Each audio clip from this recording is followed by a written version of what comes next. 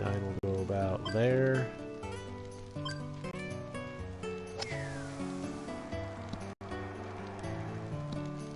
Oh, come on, get sucked in there. Get sucked in there.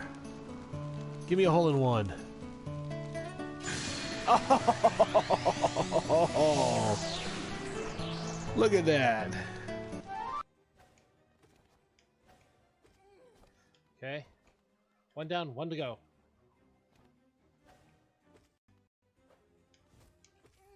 Got him! Yes! On the edge of defeat, just yanked victory right out of there.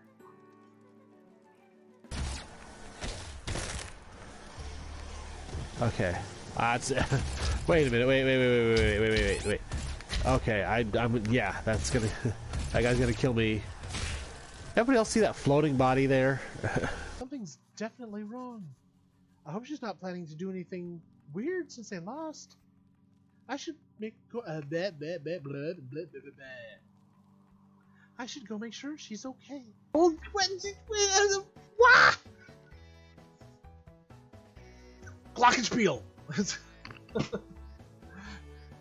It's just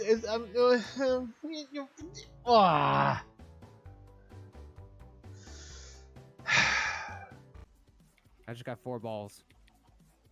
That's all I need, actually. How do you walk?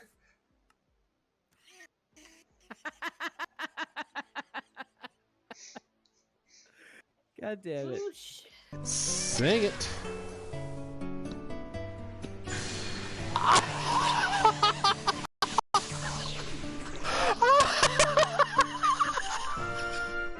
I did that as a wild shot, not expecting it to go anywhere. That was not supposed to happen.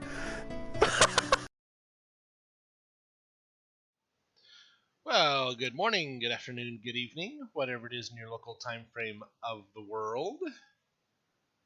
Hope everybody's had themselves a wonderful week. I will say this last week has definitely had an impact on me. Getting the game loaded and set here. Yep.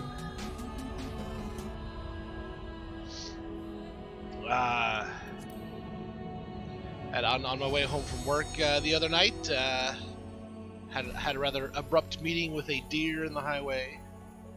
So that made for an unfortunate call home to have somebody come rescue me at almost 1 o'clock in the morning. So improvising and wrangling transportation to work for the next while the shop has the car to get it fixed. I will say the stretch of highway I was on, it has a nice fresh coating of antifreeze coolant on it, so there's that. And I'm sure there's some scavengers out there that are enjoying the nice fresh carrion in the ditch too. So it's not all bad.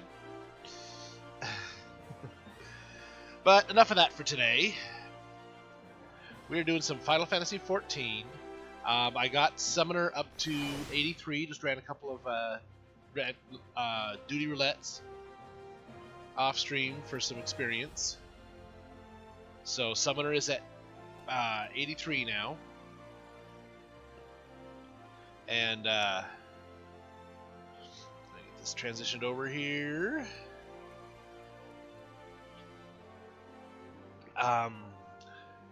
So we can run main story quests as Summoner.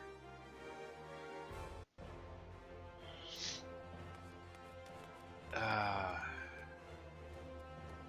see, songs had wings. I forget what that was for. Because the Martyr and Voice of the Soul, Dark Inside, and Eden's Promised Eternity. Those are the 2 quests we're on. Dark Inside, Eden's Promised Eternity. And I looked at a list. This is the last of the Eden dungeons. Okay.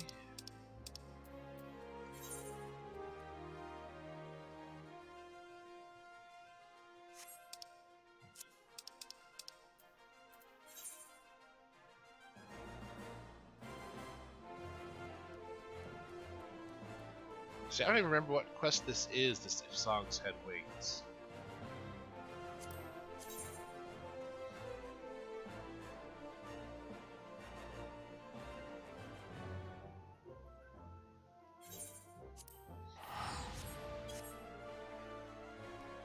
Oh, no, wait, I remember now, okay.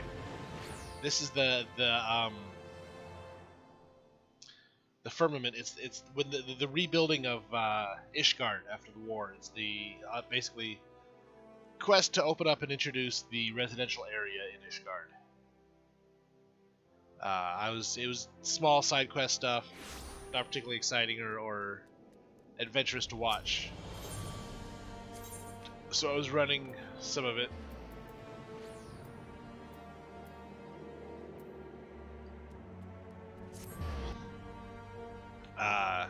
Running some of it while off stream, just to get it cleared off the quest list. I'll try to put my phone over there, okay.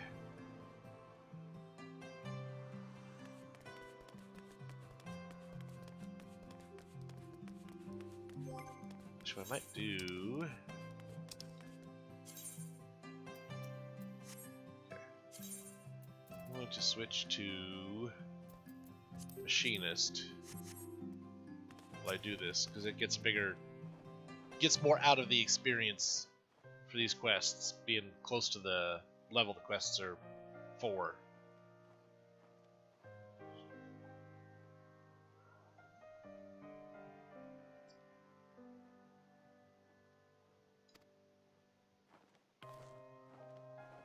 So also witnessed much more. What about you? Do you have tales of your own about this place? Yeah, I got a couple. I lost a dear friend here.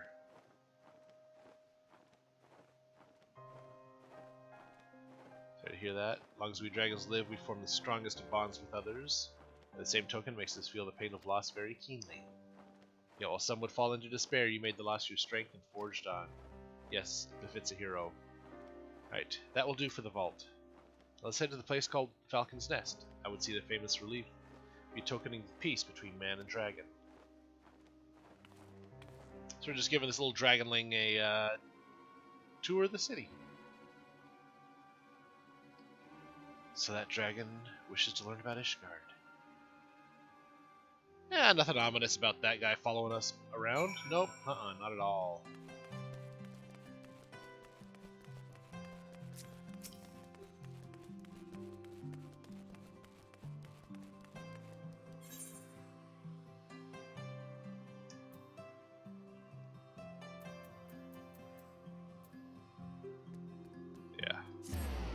The manufactory, then I can go out to go outside right there. It's out this way.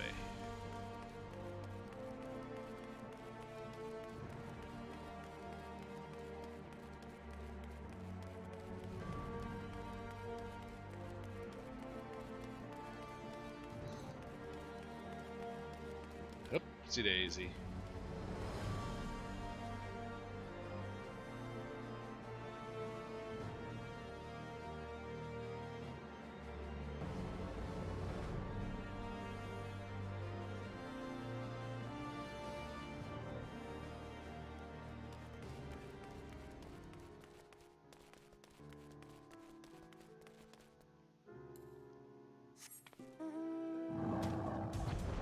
We're out here visiting dragons. It's only right that we ride a dragon while we're doing it.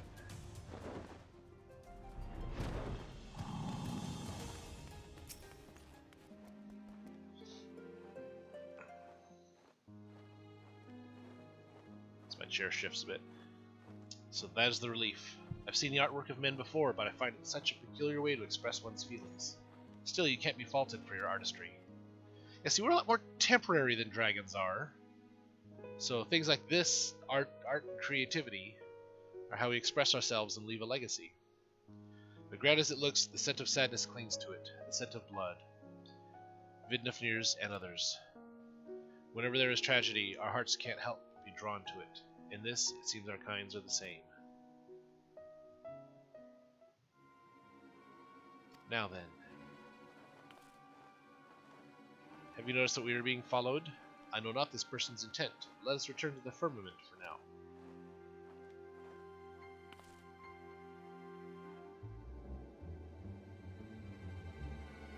Spoopy person. Maybe not spoopy, but sneaky at least. Yep, you know you've been spotted. Run away! Run away!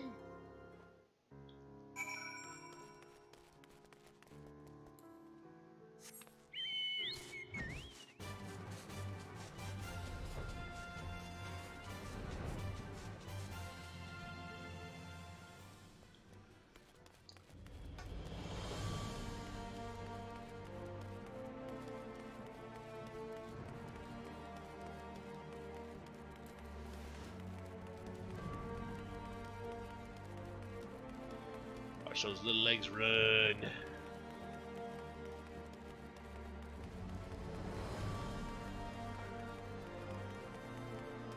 So if you're watching this, you like the content, like the video, like the game, like me, be sure to give the video a like. Hit the little like button down there.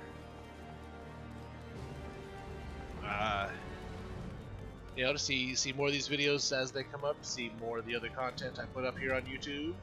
Hit the subscribe button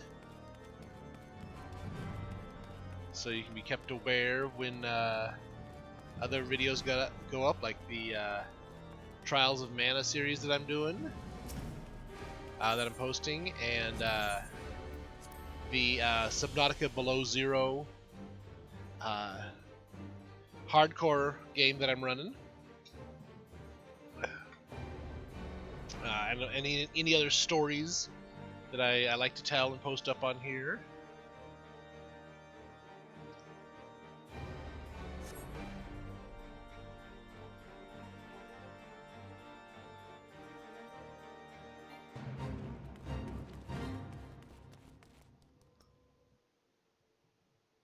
Some special event going on here, but I'm not going to worry about it at the moment. So where's he at? The Matic. I'm going to use their public transportation.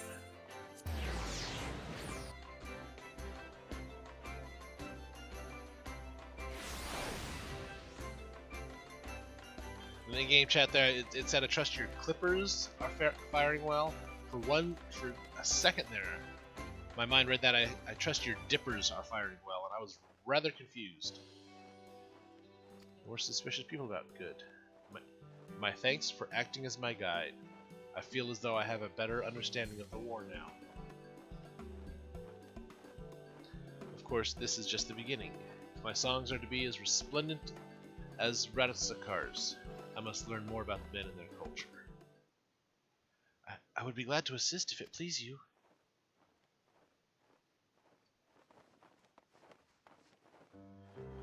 That scent. You're the one who is following us. If you mean us harm, be warned. This man is a hero. Oh no. I wouldn't imagine doing you ill. My own name is Hultdelong. Ever since I read Lord Edmund's memoirs, I've wanted to befriend a dragon.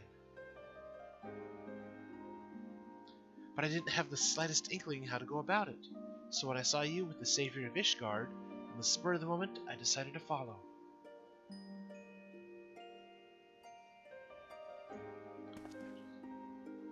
You see, it's my dream to become a writer. Not just any writer, but one who chronicles this new age of peace between man and dragon. So please, won't you allow me to assist you?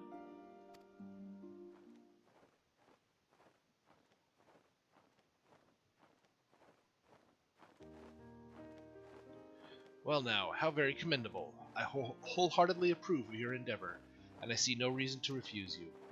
Yes, we can teach each other the ways of our kind, and if you prove yourself useful, I shall credit you in my songs. Thank you? I'd be wondering about that thank you, but thank you? An unexpected but welcome development. I shall remain here and speak further with our new friend, but I hope to hear more of your tales again.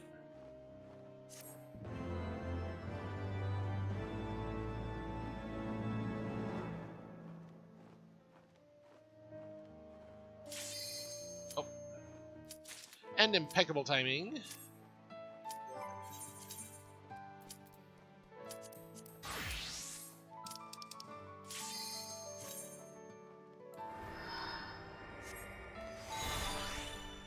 Okay, so doing the Eden's Promise. Have not done this before, have not seen it before, have no idea what to expect.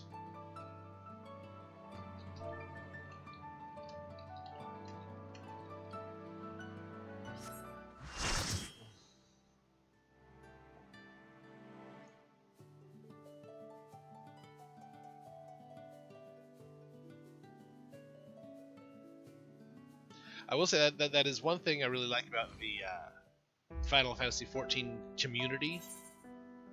I'm going to skip the.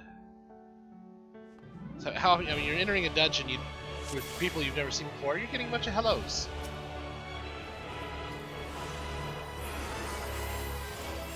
Waiting for a tank to initiate combat here. Joined as one, never to be parted, unbound by past or future in this single perfect moment.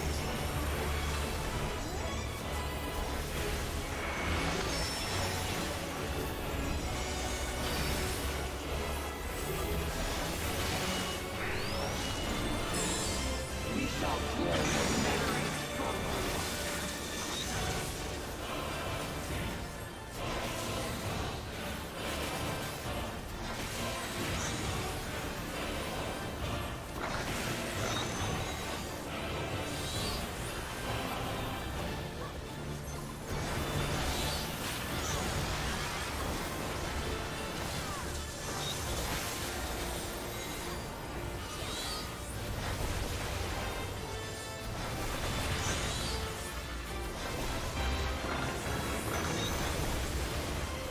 And now Garuda.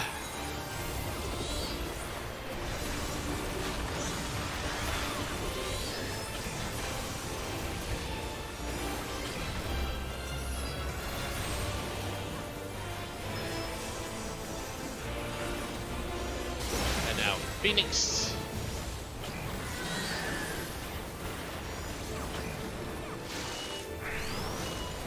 And they will be your undoing.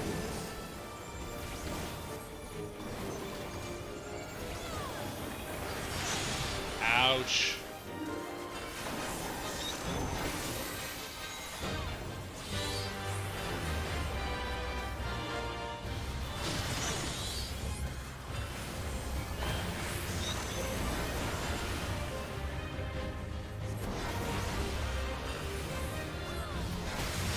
Come on.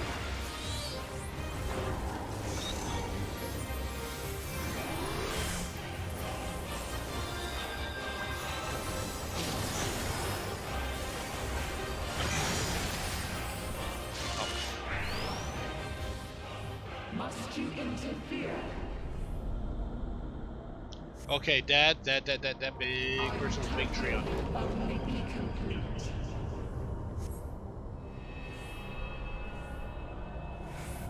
That's a big enemy. That is a very, very big tree. As you are erased from our memory. That's a whole lot of hands.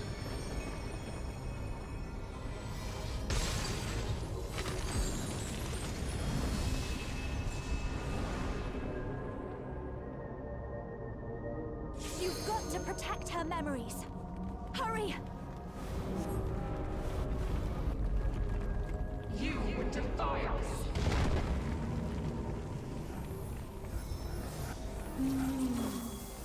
Delicious, aren't they? These are actually quite good. See? Let's have another one. Heartbeat?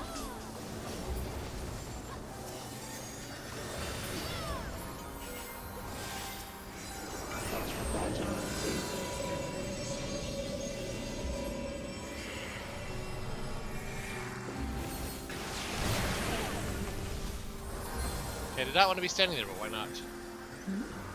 Everybody else was standing there, why? What happens to the other half? Not being erased from her memory.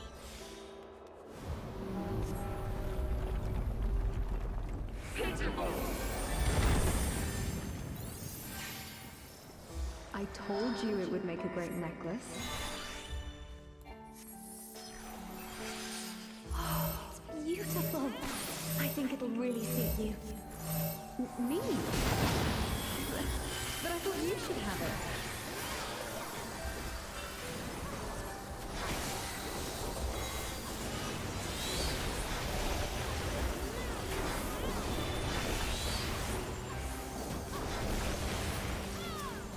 They shatter.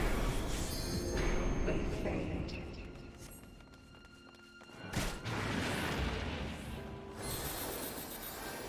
Is this ice?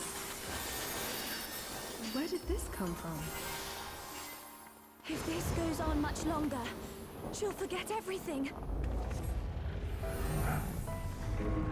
Retire your insolence. How about this one?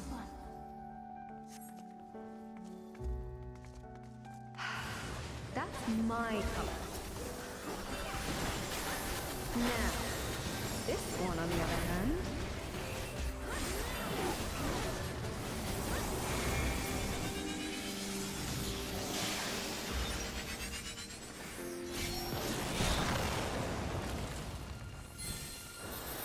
What am I doing with this? I'd never wear this color. No! We can't let this happen! So Rain's been being erased from Gaia's memories.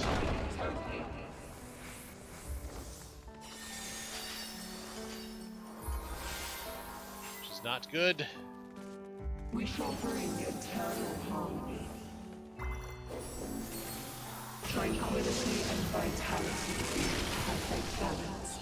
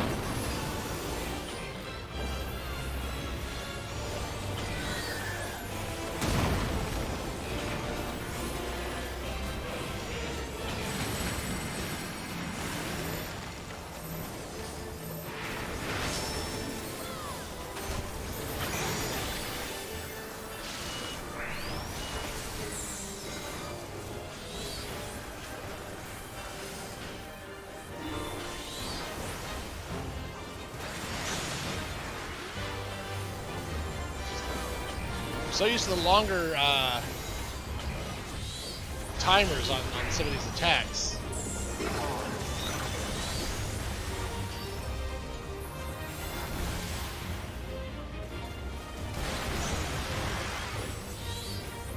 Just catching the edge of them.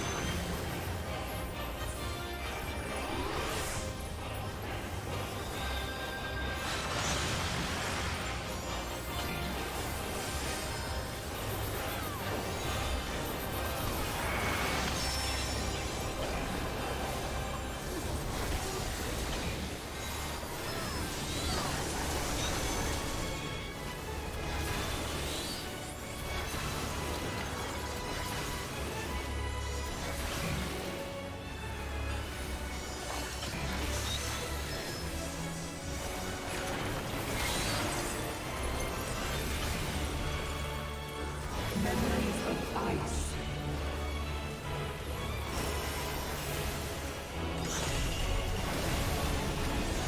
Now, don't move.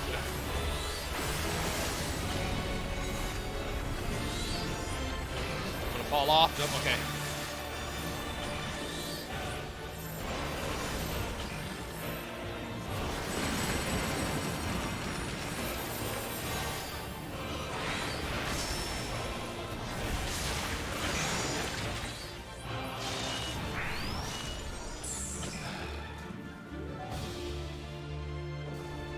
Yes.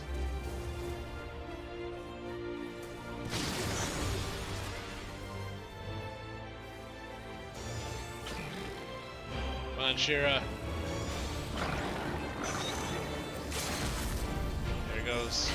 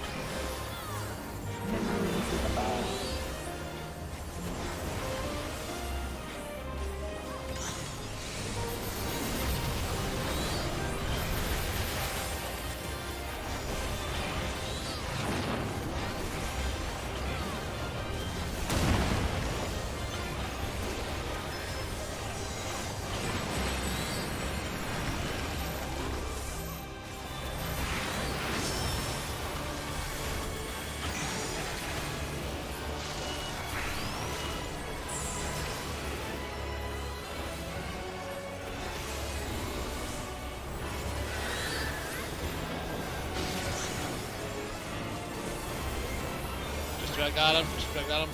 4.4%, 0.2, 0.1. Got him! Achievement unlocked. Paradise within thee. One. Boy. A utopia. A dream.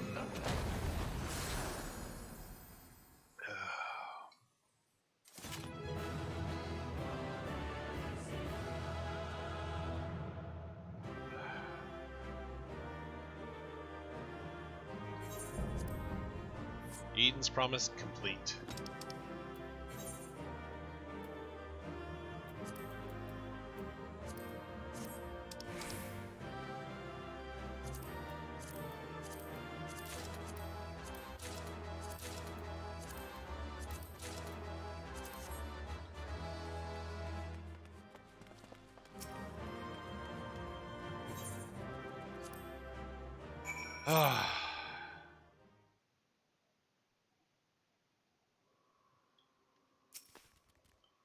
Now we'll see what happened to Gaia after all that.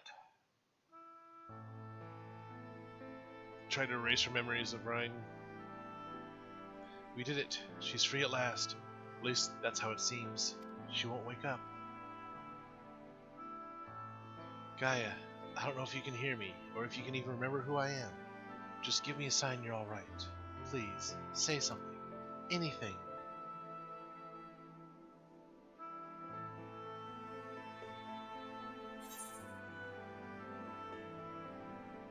Let's see. She can hear you. Keep trying.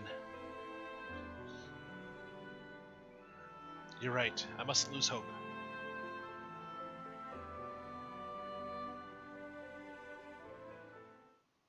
Wait, what's this?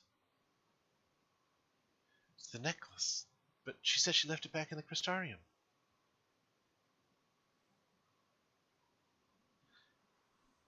Tiny potato. How you doing today, Ember? Yep, I'm running around as my tiny potato. Maybe she likes it a lot more than she lets on. I suppose it does hold a lot of memories for the both of us. Wait, there may be a way we can use it to bring her back.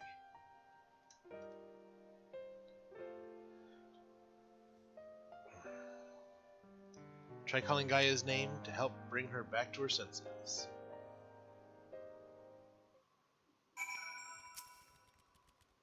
Let's see. Help. Just say. Okay. Gaia, we're right here beside you. Come back to us. This begins to shimmer faintly. Poking the me and poking the Tabby. Well, because Tabby and I are both playing the same games today, huh? Let's see. Direct hit, critical hit, or determination. I'm gonna go critical hit.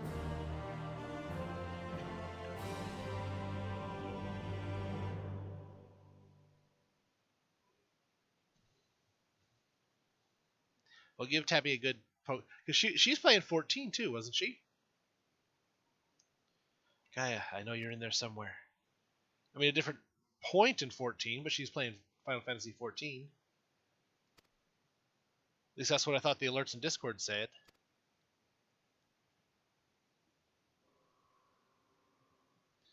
But we're on different servers. And I don't know if they did the full cross-server communications yet.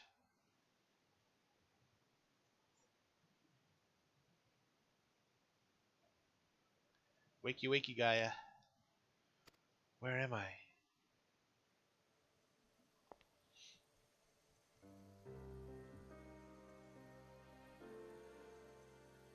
Mitron, I'm finally free of you, it seems. Ah, dearest Gaia, that fate should part us once more. I mean, this is a whole side quest line that we're just wrapping up here. Still, this is what you wanted. There's no need to be quite so upset. What do you mean? You've been released from Eden, free to be reborn.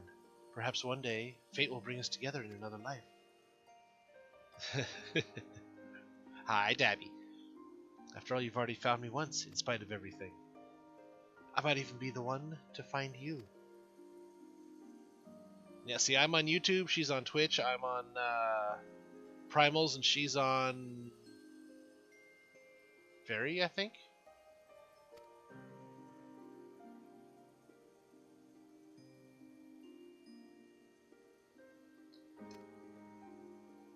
So I'm planning to keep a diary. Even after I'm gone, my memories will live on. And she's doing main story. She's further along in the main story quest than I am. For future generations to discover. Yes, they'll read the tale of the girl bound by duty and of her loyal protector, arrived in her hour of need.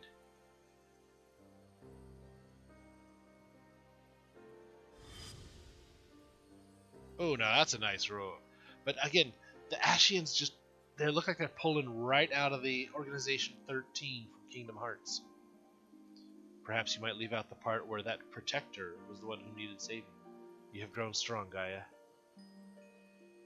Oh, oh, that's fine. A lot of people don't. So.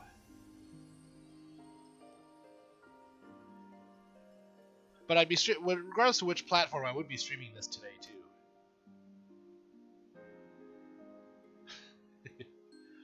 Well, because I don't think she's come out to hang out in one of my streams in a while. So she doesn't know that I do these.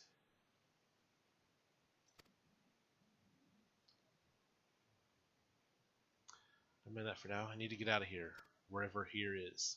And I completely missed what name she said there, too.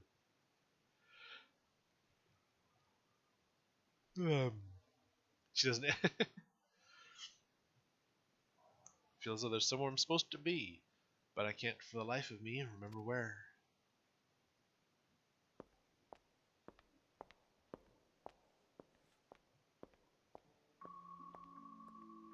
So to have your mind go wandering while your unconscious body lays on the beach.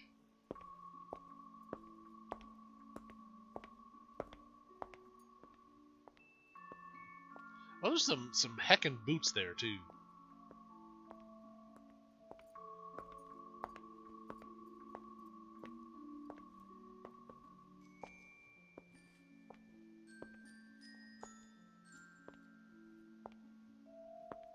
mean, I don't care what your actual height is. You're towering over everybody in those boots.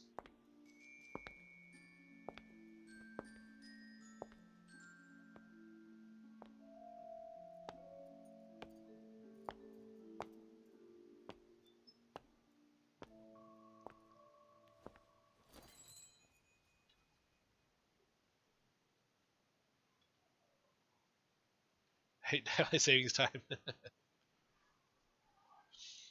Yeah, because it's almost Earth 8:30 your time now. If my voice and the game are ASMR enough for you to catch a couple of winks, go for it, Ember. What's this? What's this? There's color everywhere. Is this ice? It certainly looks like it, but it doesn't seem to melt. It shines so brightly.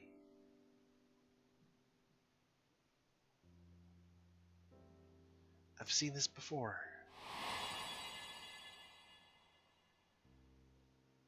That's it. There was a girl. What was her name? Ryan?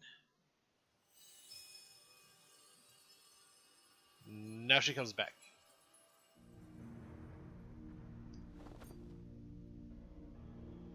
Okay, mod duty over with Tabby, yeah. I can hear you. Can't find my way out of here. That's... Hold on, I'm coming for you. That's sometimes one of the things that sucks about getting stuck in your own head. Is you can't find a way out.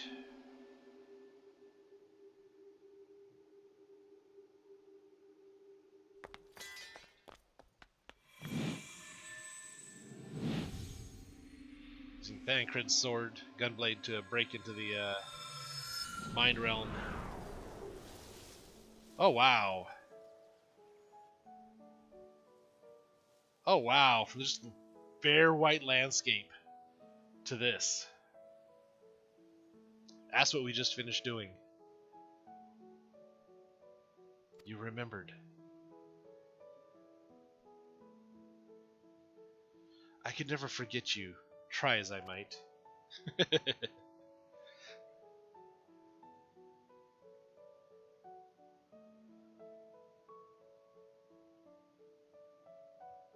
Still holding on to that necklace.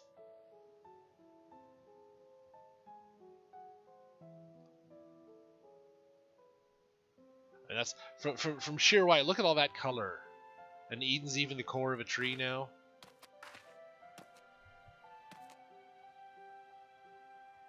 So the aether that Eden had absorbed was returned to the land.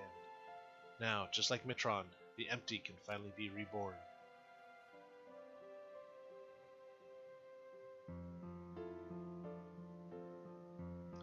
Though it can hardly be called the empty now, it's a utopia. Utopia Planitia! Oh, wait, that's where they built the Enterprise. Never mind.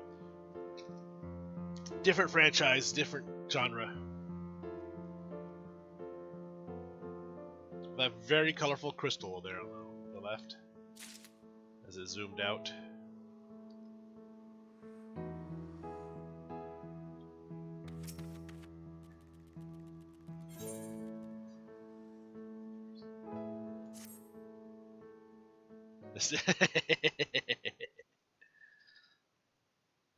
I kind of wish that crystal was an aetheryte I could attune to.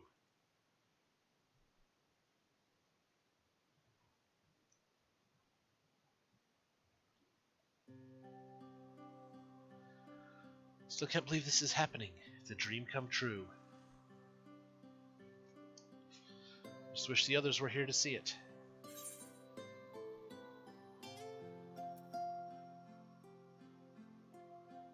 See, I don't...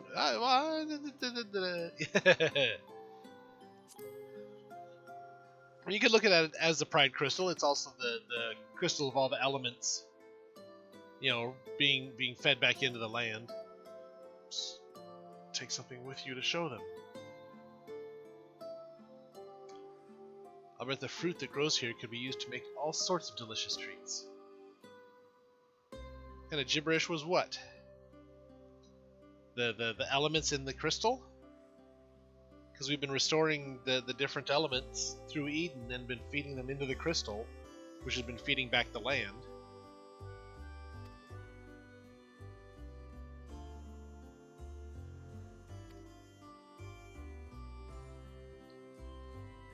Thancred, the bookworm, and Huryange, your knight in shining armor.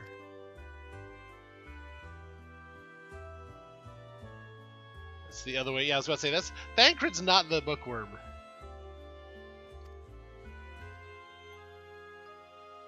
You, as fire, refuse to go back.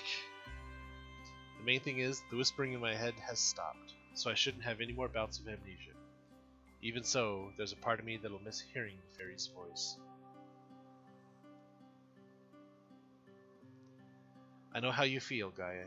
Anyway, we've all been through rather a lot, so why don't we head back to civilization for some much-needed rest? The happy ending wrap-up story tune here. Alright, leave the piloting to me.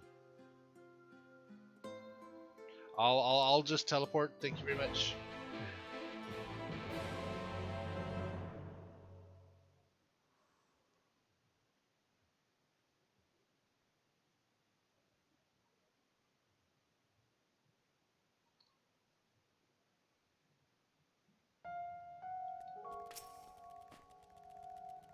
Understand keeping the Sky Slipper here allows us to save fuel from traveling all the way back to Mordsok.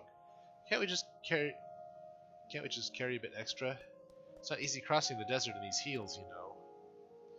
Seem to remember you weren't too enthused when I suggested buying some nice sensible walking boots. Come to think of it, maybe we should rest here for a while. You might be tired after all that piloting. I'm fine. Besides, I had the two of you to keep me company. It was over before I knew it. Taking in the scenery with the wind in my hair really helped clear out the cobwebs, too. Perhaps I should see about getting my very own Sky Slipper. What? You can't just buy one. Even if you could, they'd cost a fortune. Oh, I'm sorry. That must be my Eomorian upbringing speaking. I'll have you know I'm almost as comfortable in more humble surroundings, like Mordsok, for example. That reminds me, it's time we made our way out there and told Yelfert all about, well, everything. Actually, I'm going to do one thing. Since we got a new minion, let's see what this new minion... Oh wait, I still got the in my inventory.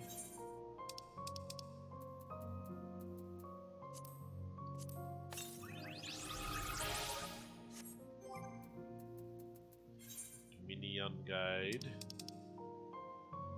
Where's the wind up Gaia? Right here.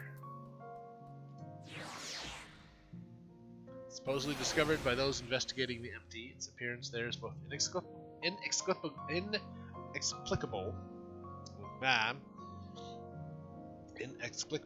and implausible. Considering all the other unlikely events that occurred there, however, perhaps the sudden materialization of a hammer-wielding mammoth is not so unusual after all. Oh, and my favorites are full. I need to ditch a favorite to put Gaia into favorites.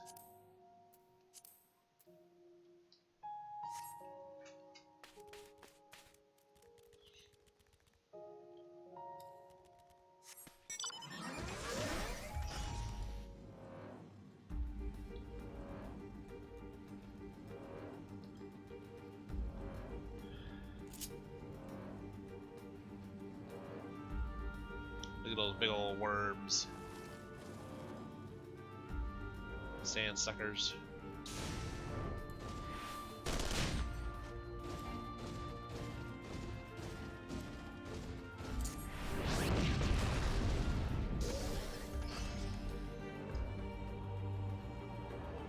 I'm just making my armor go big boom for a second there. I looked at. Oh, that's a different one. That's a bigger than normal desert cactuar there. Malik tender. It's a hunt target.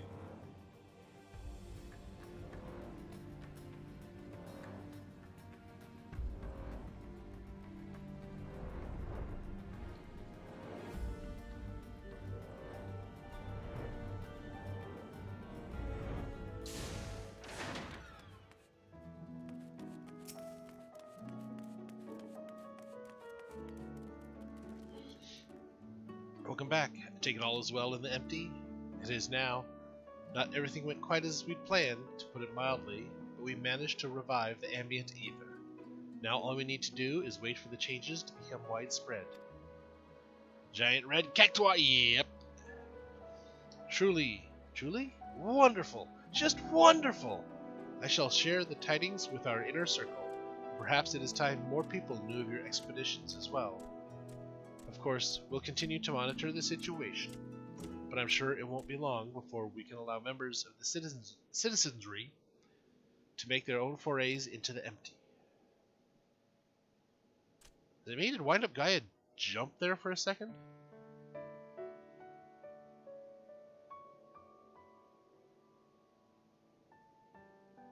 I'm pleased to say I too have some good news to share.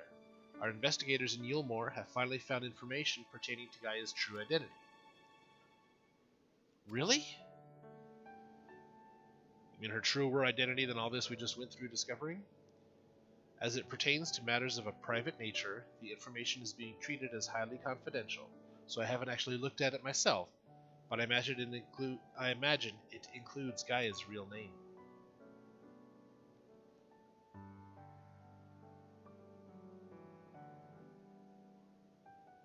To be honest, I'd prefer not to know. But why?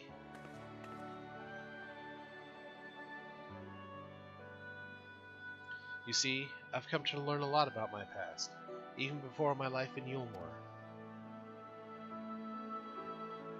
I know now that I'm the reincarnation of Lugrith and Ashian, and Mitron, the one who was transformed into Eden, was someone very special to me. For 100 years, Mitron called out to me in the hope we'd be reunited, but there was no answer.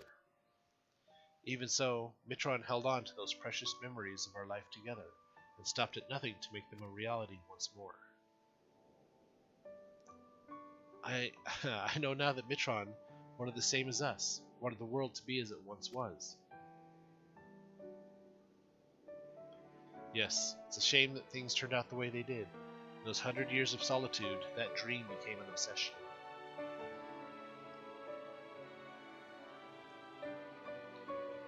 I would have likewise succumbed to the darkness within if it weren't for Rhine and Tasselhoff. If someone had also been there for Mitron, who knows what might have happened.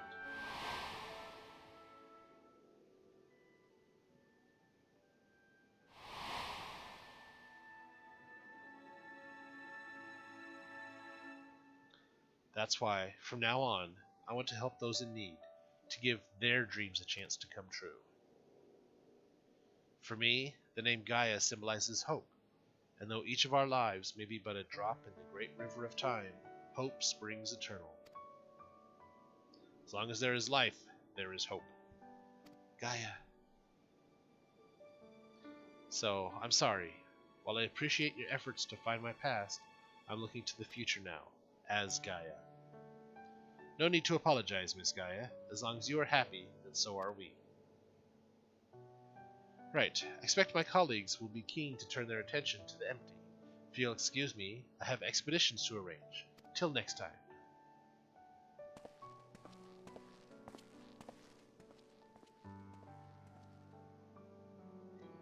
So what shall we do now? Come, Ryan, don't tell me you've forgotten.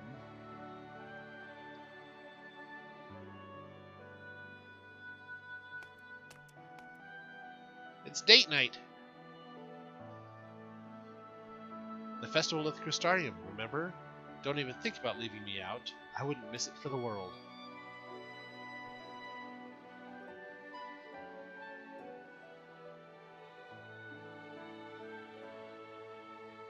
Gotta get some of those coffee biscuits.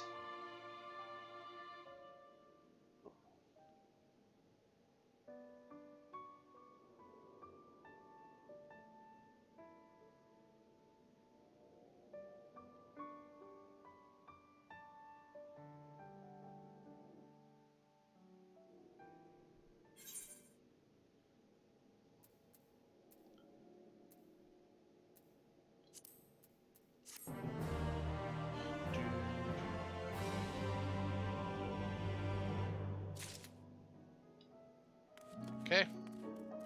So now, I'm going to take that off the list and just work on the Dark Inside.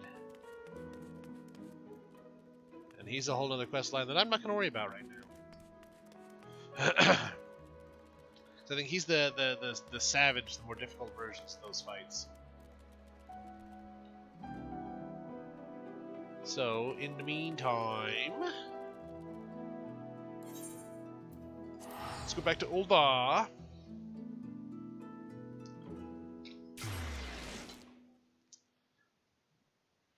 Where we will, let's see what we're going to do here. Drop off some stuff with the retainers, touch base with them. And, I think we're going to have to teleport back to Ishgard. Because I believe my Weaver has a job quest there.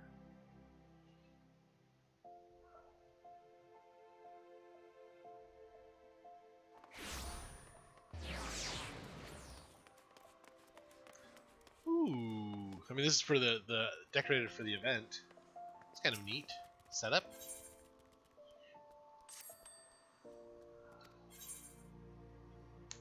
Let's see. She's got my my materia. I think she has no.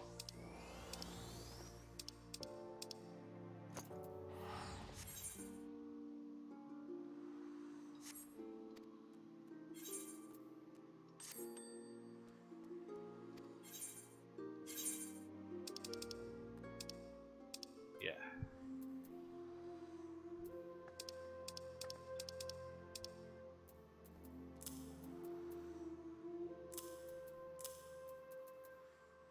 Forgiven's Sandals of Casting.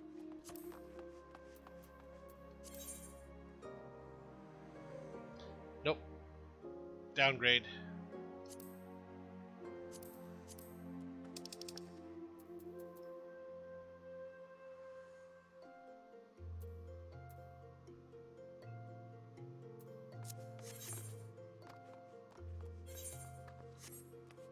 I wish those items they had. I mean, I went through, adjusted, lowered the prices and all that stuff. And my retainers are selling. And they still haven't sold.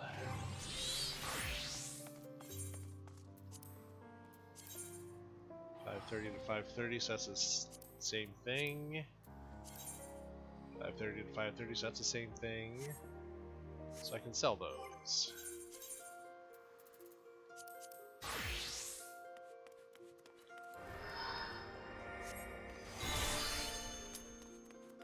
And impeccable timing. That was a quick wait.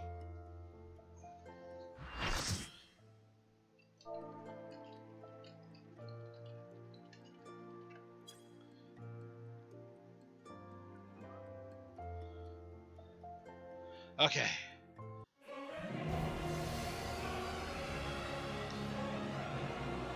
Sea of Stars, the Dark Inside. And glowy thing, which glowy thing? You mean my carbuncle that's with me?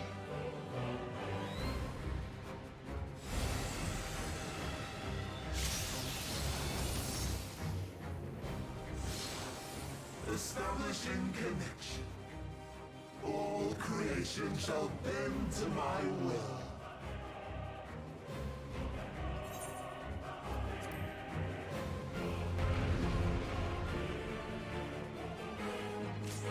Oh yeah, carbuncle's always the fun, and there's I can actually get cosmetics to make him different colors. Just a sprout, don't look at me. And it will be beautiful.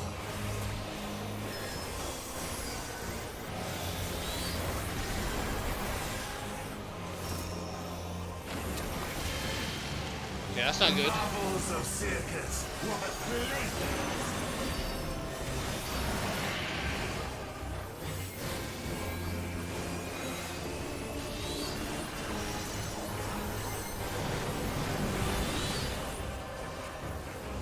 I'm just following where everybody else moves.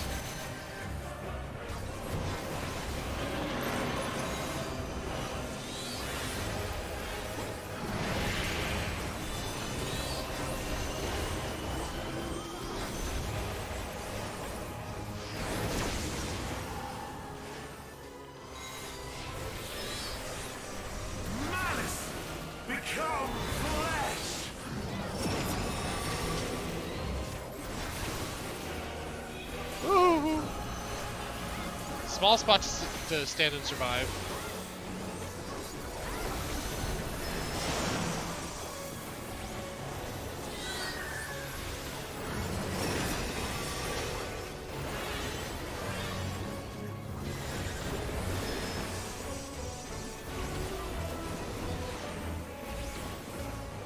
Yeah, got him almost 20% down. He's down 20% of his life. And I haven't died yet, so I'm taking this as a good sign. Come on. Will you live to see the end?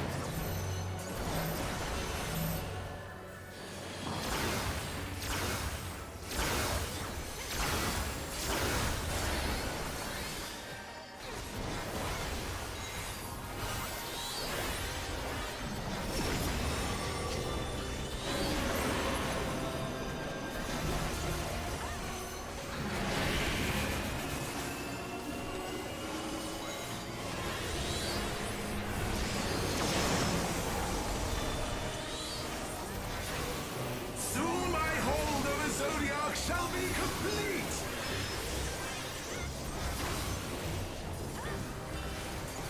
And Muhammad. Mine! All mine! Ooh, 69. Oh. Big. Oh, the big talking monster is cool looking. Yeah. Zodiac. Oh, nice. His mask is gone. At last, I Missing a have couple become tentacles there. Zodiac. I become Zodiac. That's the thing we were trying to prevent happening.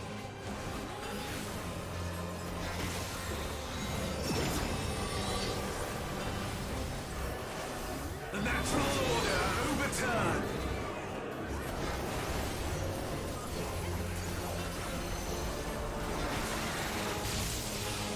All in existence, bent to my will. Uh-oh. Oh, so it just rotates the whole platform. Traps us in place, rotates the whole platform. My life's work, my masterpiece. Get there, get there, get there.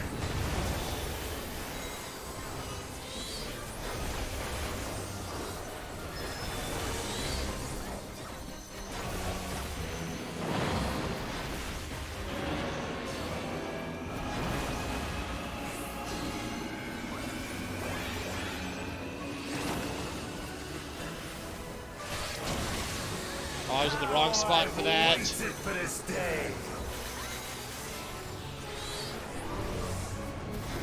And I kind of knew it too.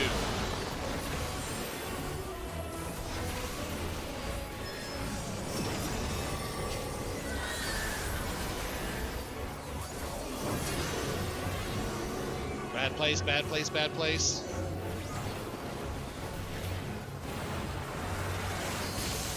All in existence, bent to my will. Ouch! The great cataclysm, faithfully recreated. From broken skies fall tears of flame. All shall burn.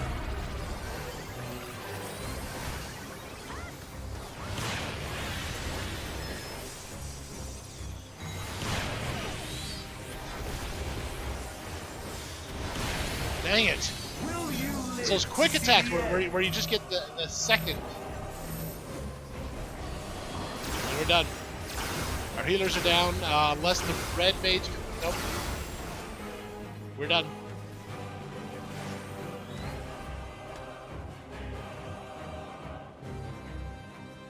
So, people were just jumping off the edge.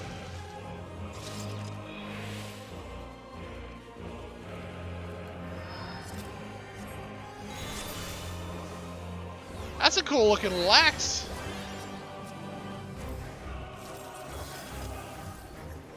The end has come, and it will be beautiful.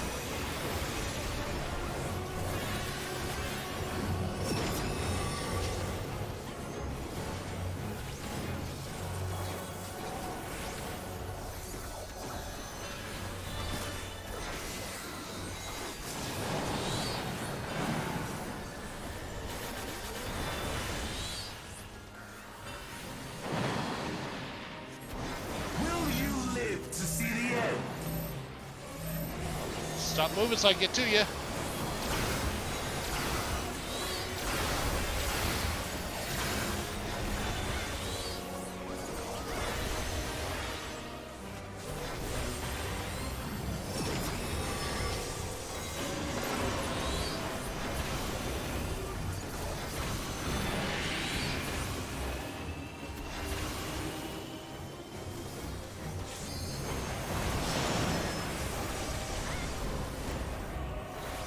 Soon my hold of a Zodiac shall be complete!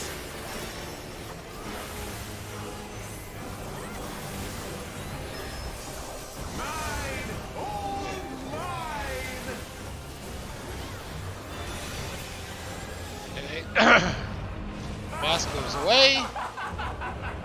Full. yeah. Zodiarc's the big bad. At last, I am become It's actually Zodiac. Fandaniel trying to use Zodiarc's power.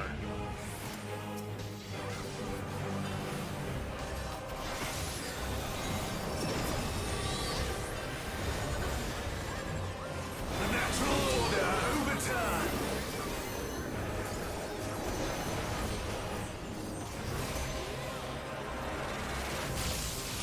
All in existence. I think I'm gonna bent die. to my will.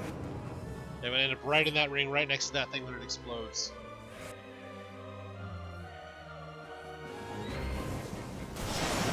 Ouch. My life's work. My masterpiece. Gotta move, gotta move, gotta move, gotta move.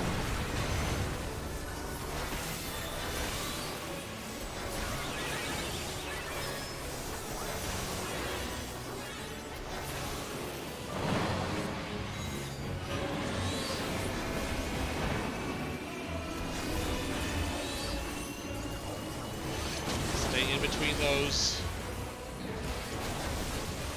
How I've waited for this day.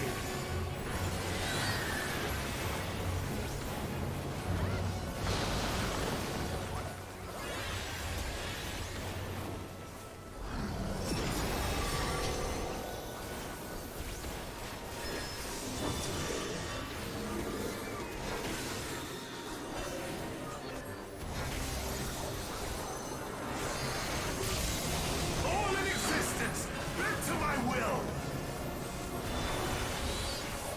Nice. Managed to miss it that time.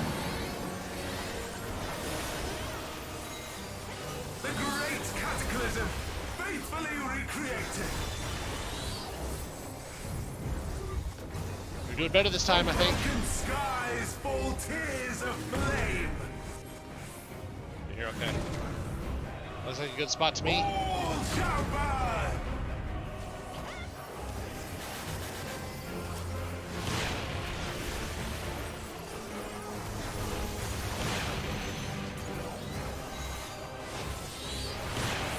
Ah! Will you live to see the end?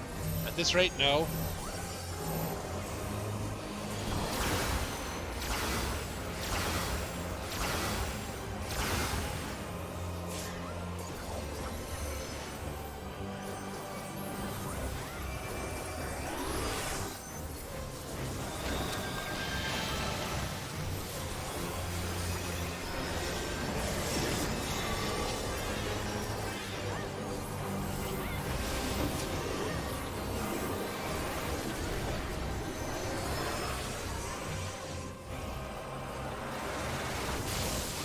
All in existence, bent to my will.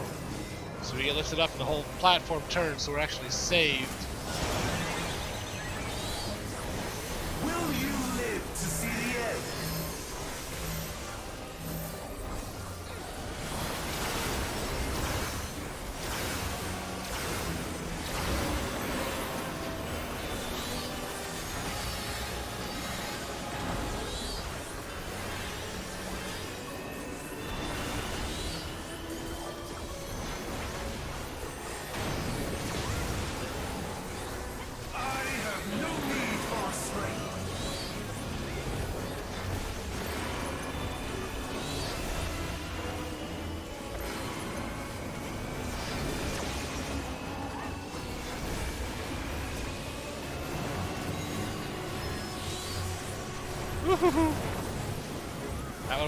That's not what I want anyway.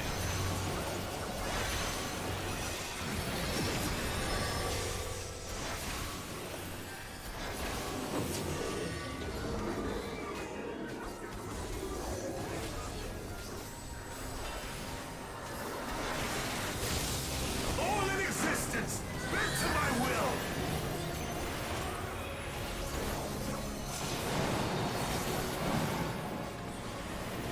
Will you live? Got him down to about 20% left.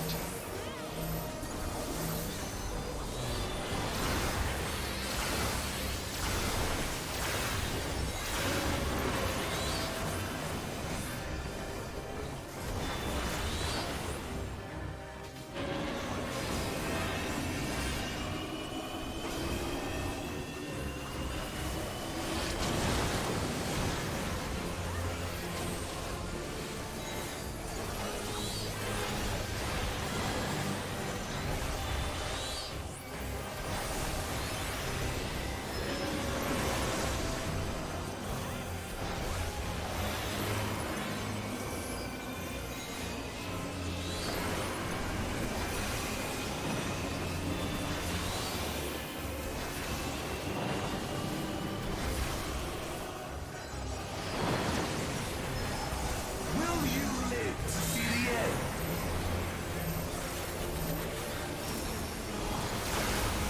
They're down to less than 10%. He's got 7% life left.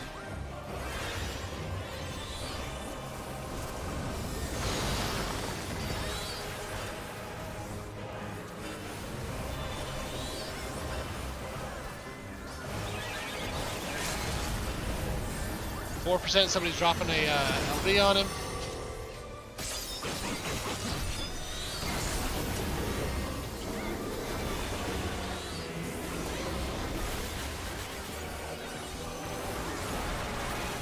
Got him. Whew. I was running. Is this the limit of your power? Is this? Whew. Yes, crazy Fan Daniel.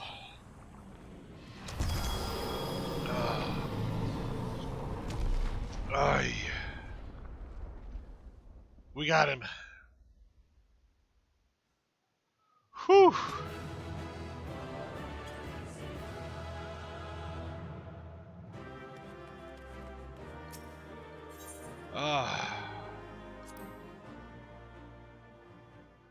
Ay, ay, ay, ay, ay. Big dude. I got a couple combinations out of that too. Big dude, fall down, go boom. No, down. You stay down. We defeated you. You know, get back up.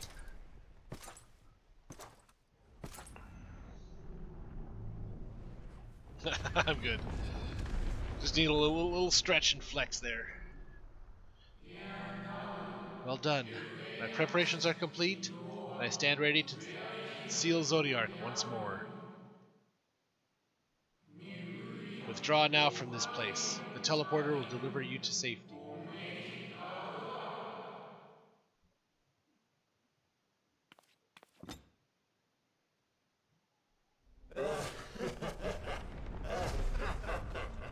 Incomplete and insufficient. Of course he was no match. Once again, you have left my best laid plans in ruins. And played your role to perfection. Thus, sealing my victory. So you wanted us to defeat Zodiark?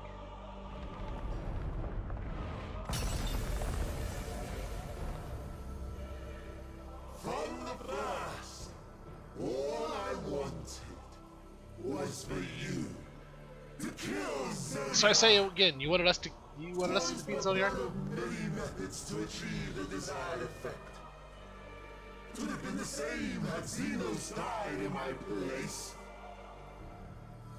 But what better and more satisfying way to ensure success than to take control myself? So you wanted to My lose? sole regret is that you live to tell the tale. Even so, I have fulfilled my heart's desire.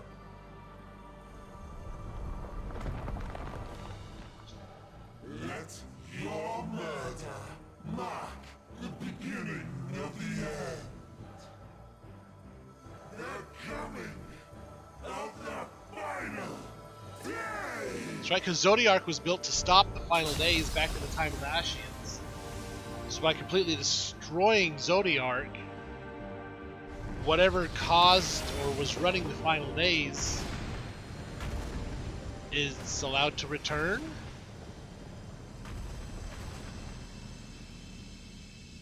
Yeah, oh, I knew it was Fandaniel. Last week we saw Fandaniel go into Zodiark. How quickly strength fades and blood cools.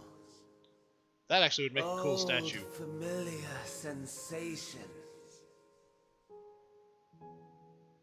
So many lives, so many deaths. No different this. I close my eyes and slip into the dreamless slumber.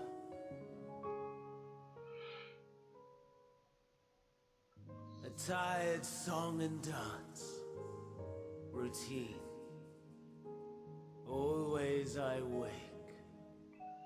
Yeah, you were. Well, the video's up, But so you not can go this watch it. time. Nothing That is an left interesting outfit. Nothing left undone. Inherit my hell. I intone with glee. That is a very interesting outfit. The man I was would weep for what I have become. The all-consuming contempt.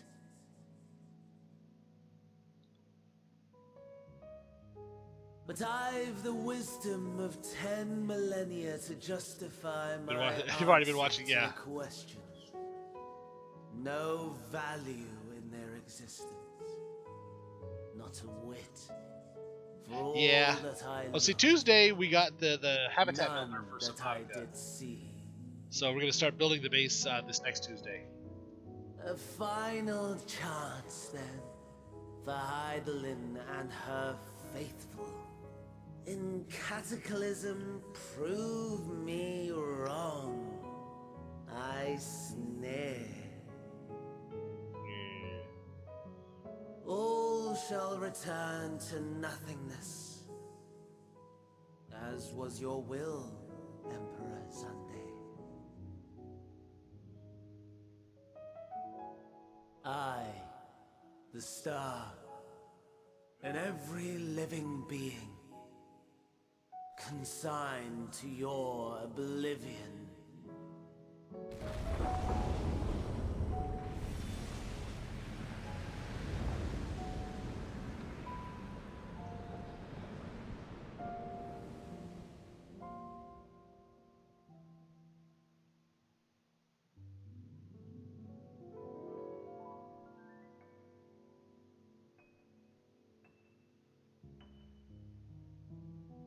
And with that, Zodiark's gone. Not just contained, but eliminated. And that's a pretty aurora in the sky. Probably a very ominous and dangerous meaning one, but still pretty.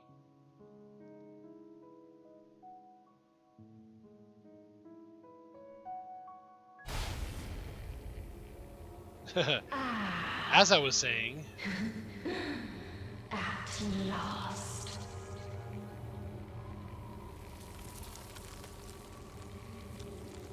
get that's not good.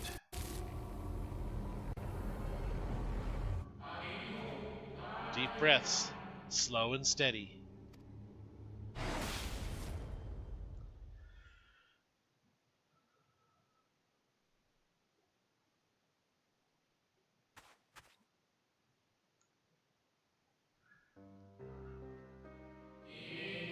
saw it too, yes?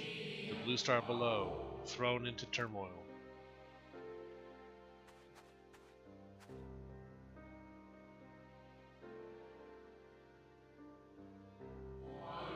Then it was no illusion. All was truth.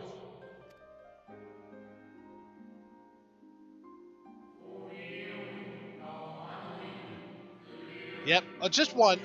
Not the whole ton of them from earlier, but just one.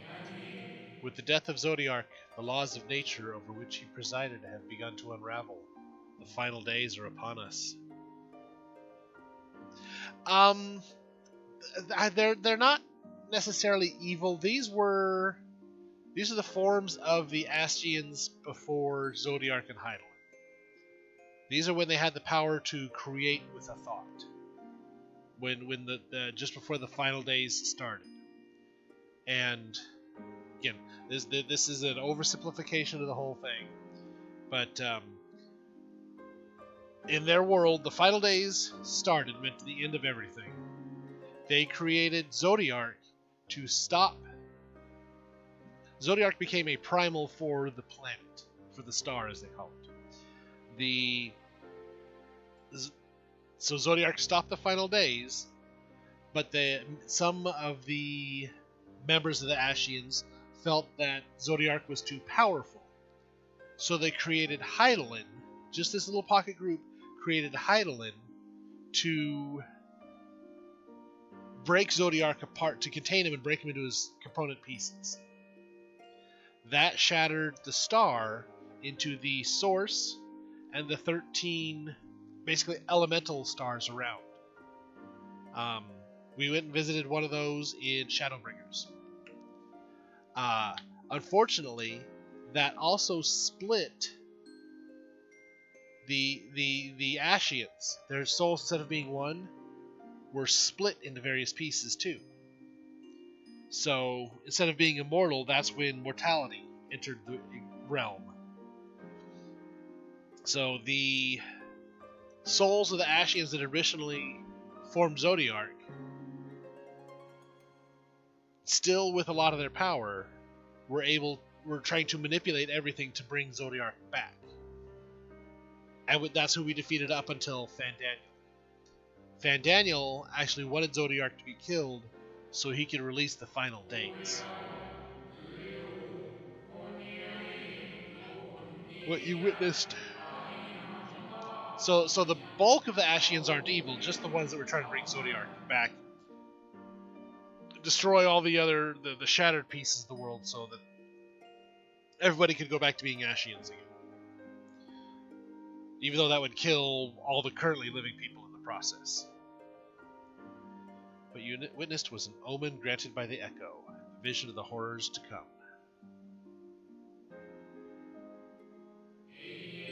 Time grows short. You're saying something is growing short to a Lalafell. I'm not even as tall as your boots.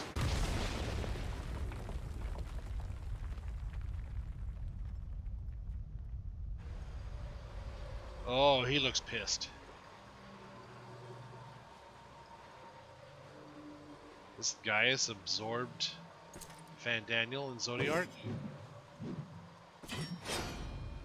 I mean, it's kind of fitting a Reaper being the embodiment of the final days.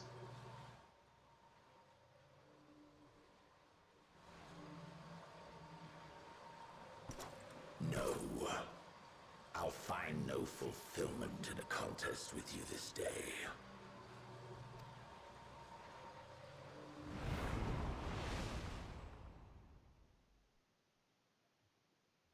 Slavering beasts gather at your gates, ravenous and eager.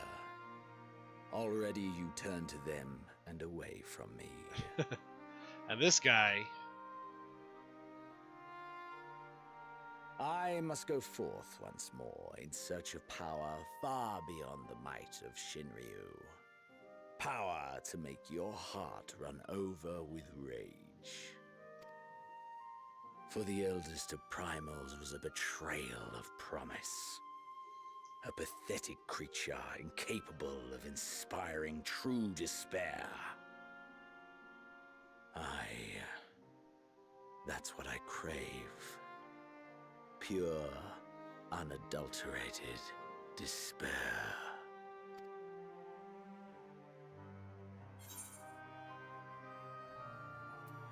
I will not fight for your amusement.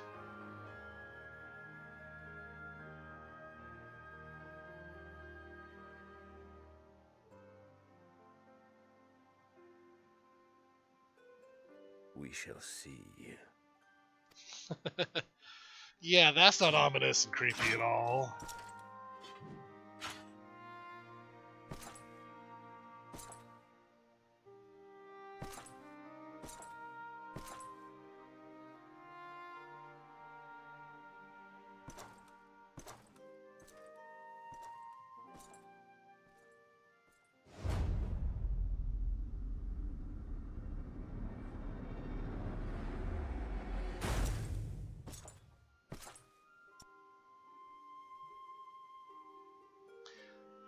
So he's not going to fight us right now because we're more worried about everybody else surviving the final days, and he wants us to worry about only him when we go to fight him.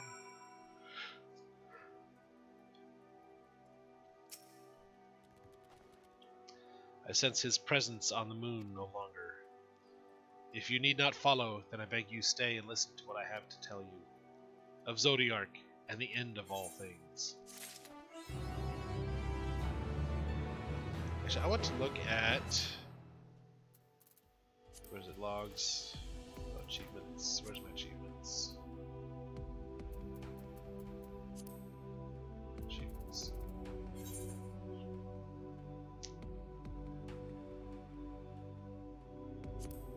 Okay. Oh, I got the title Moonwalker. Okay. Complete Eden's Promise. Okay. I didn't know if there was another reward for that.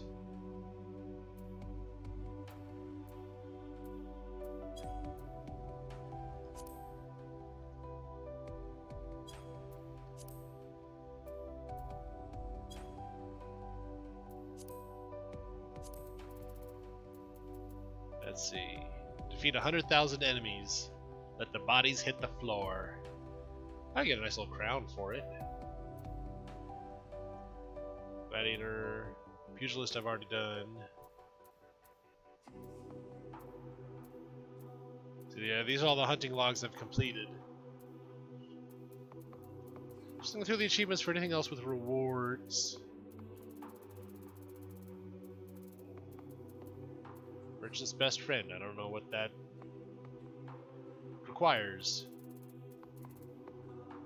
Or that one. Successfully complete 1,000 fates. I've done 802. So just a couple hundred more fates.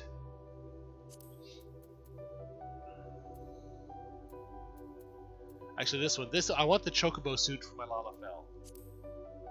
And my Chocobo's ranked 9 out of 10.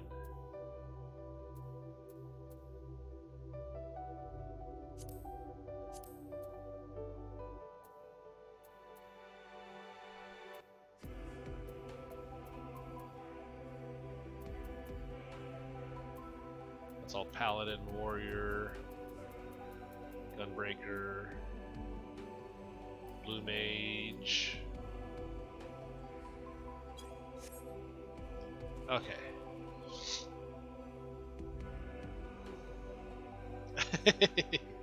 Yes, Ember, I did. You get level 533 gear. Before we speak at length, I believe a change of surrounds is in order. I have more than ill tidings to share, you see. I sensed others arriving not long ago. Though my communions with Heidelin have grown infrequent, I have learned enough from her to know these are your comrades. And as luck would have it, they have already reached my abode. Come, let us join them.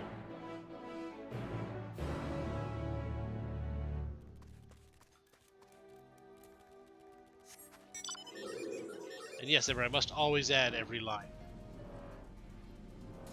Because if I don't say it, it'll just linger there in the ether waiting to come out. So it must be said.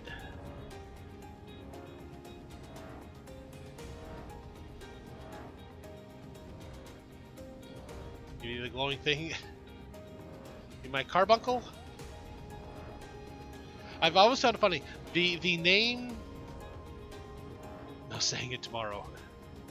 Honestly, I'm not sure exactly which line you're referring to.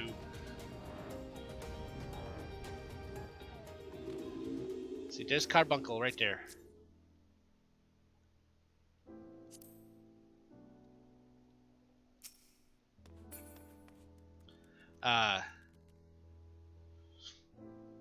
No, but carbuncle is a mainstay in the Final Fantasies. Oh yeah, Gaia does jump. Huh, cool.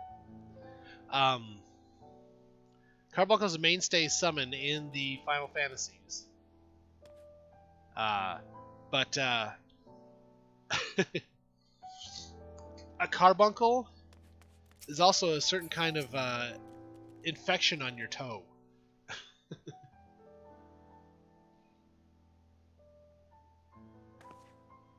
So you're summoning a toe infection in Final Fantasy. Thank goodness you are unharmed.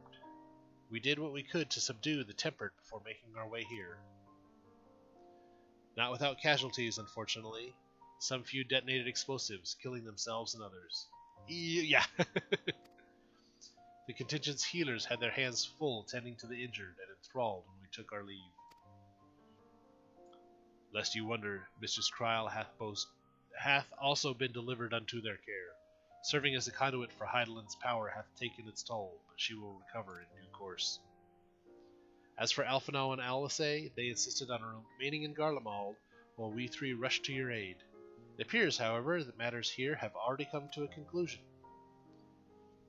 Hi, big dude. You're tall. But what manner of conclusion, if I might ask? And is this the ally whom Heidelin bade you seek out? He is not unlike the shades of Amarot. Not unlike, perhaps, but not the same. I was created by Heidelin, together with this place. It has ever been my duty to keep vigil over Zodiark, or rather, it was my duty. He said duty.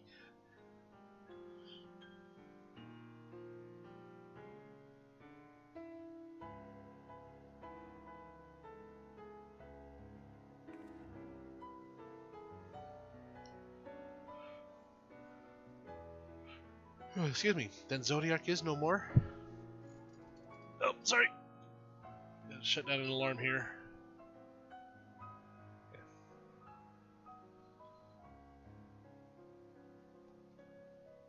Ugh. Zodiark go bye-byes. And not without consequence, I am afraid. For now the delicate weave of the star, preserved by his presence, will begin to unravel. If you mean to avert the final days, you shall have need of...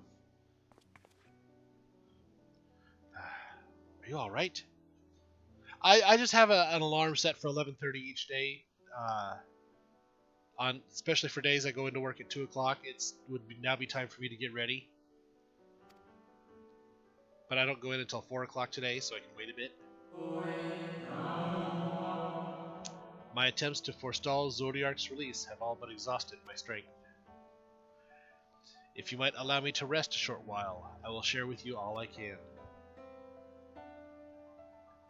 Please do. You need not exert yourself on our account.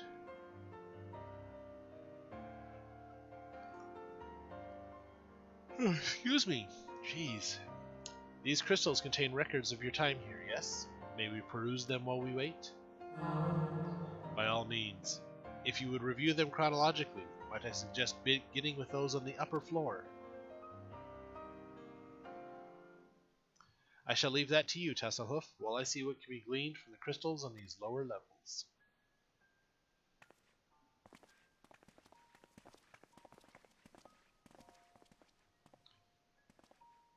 So I say I have another alarm set for 1:30. That's time to get ready on days like today when I go in at 4 o'clock.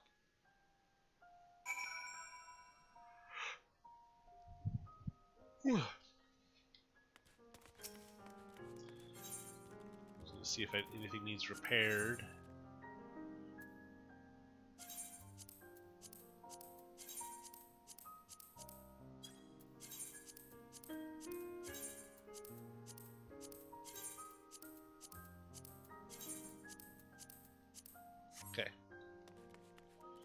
Prepared all my gear. Gotta go up.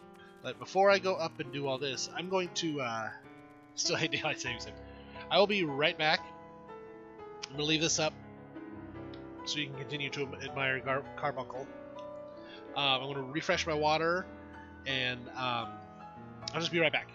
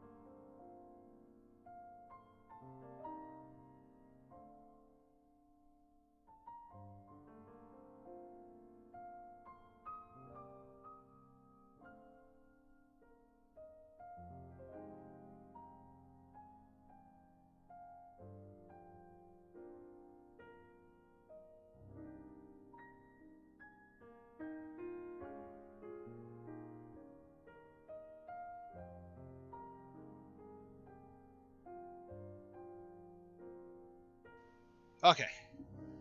My filter pitcher was empty, so I had to get some more water filtering. So I grabbed just some good old fashioned moo juice.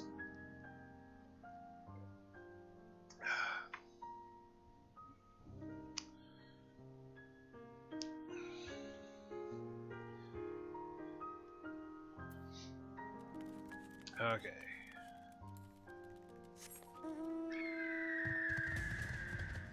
Can't fly here yet, but we can run up these stairs fast on our birdie.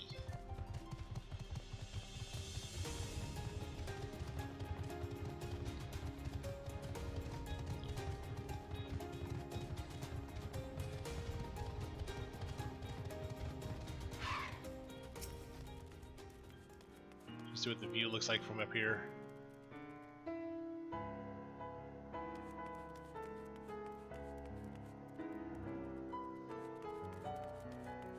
Is that door? Oh, that's right, because we came up here earlier.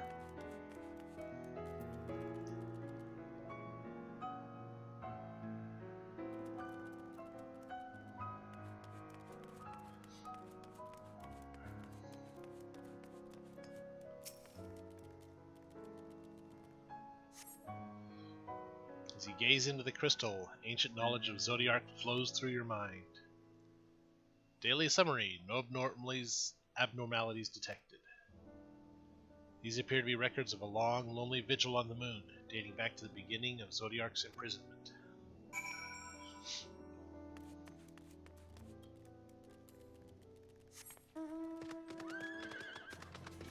Unicorn!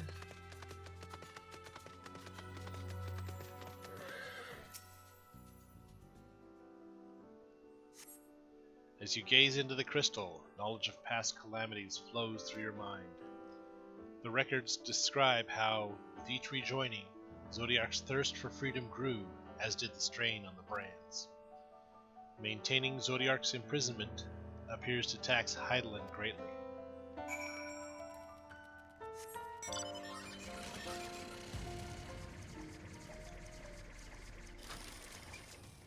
Yeah, one of my mounts. Got a unicorn and a nightmare. Hey, the unicorn agreed to join me, so...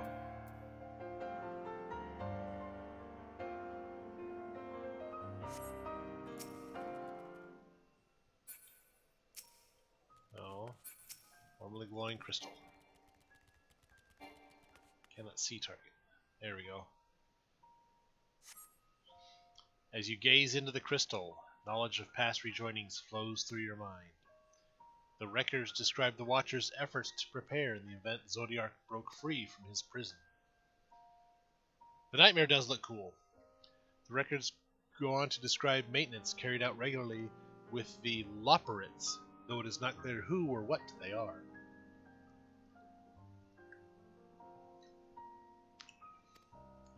Kinda wish I had some chocolate powder, or chocolate syrup, to make my milk chocolate milk. As you gaze into the crystal, a record of an unexpected visitor flows through your mind. The records note the Watcher's musings when Elidibus is spotted on the moon, though clearly not for the first time. It is clear he and his brethren have a keen interest in freeing Zodiac from his prison, and yet they have made no attempt to destroy the brands. Perhaps they prefer he remain hidden from mortal eyes until the final rejoining. Perhaps they realize we would never dare bring harm to Zodiac, so long as he remains imprisoned. Yeah.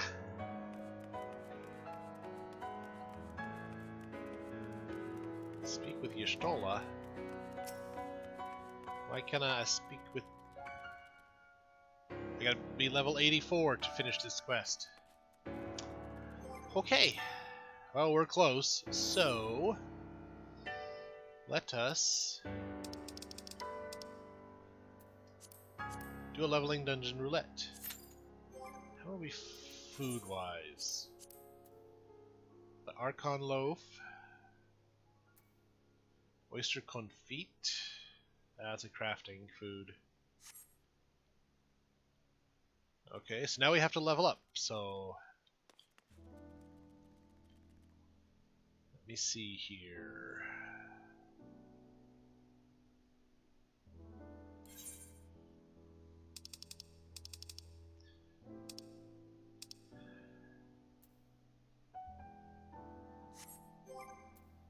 just looking at my gear. Yeah, I can upgrade 2 pieces of my gear. So let's go to Yulmore. And see about upgrading the gear. Yeah, if you sent the chocolate syrup, it'd be bad. But there's like the Nesquik powder. There's different chocolate powders you could send that would be fine by the time they got here, because those don't expire.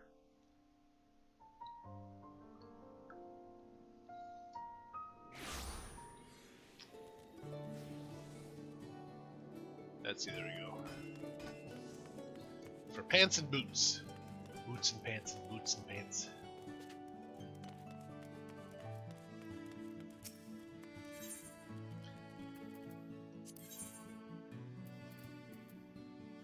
Let's see, I can get 1. I can get the boots.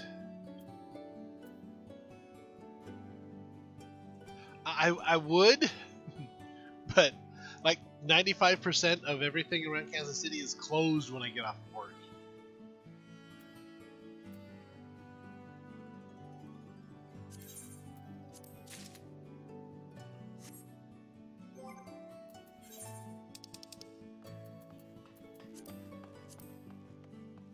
Okay, got new shoes equipped.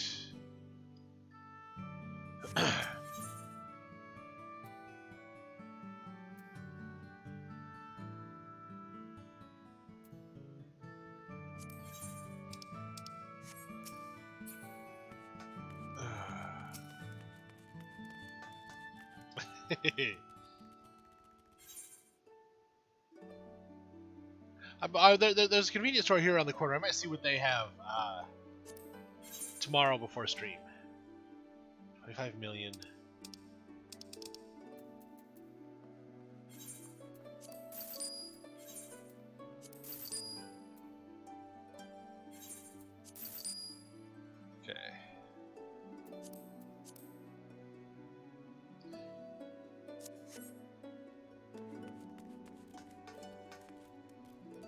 Okay.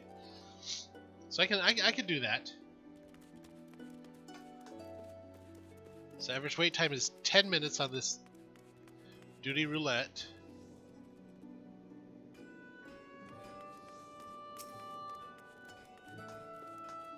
Gear exchange. What did you?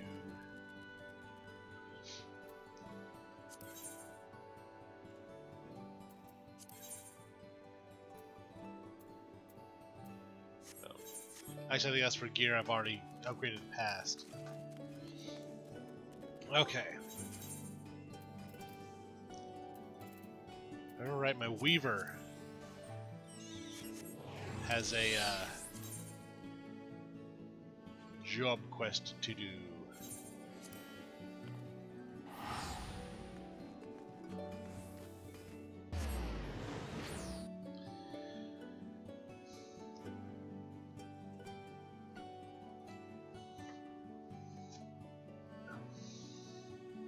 Although depending on what the weather's like tomorrow, I don't know, I might do chocolate milk, I might do hot chocolate. Let me see. We're kind of in a waiting mode anyway, so let me see what the weather's supposed to be like tomorrow.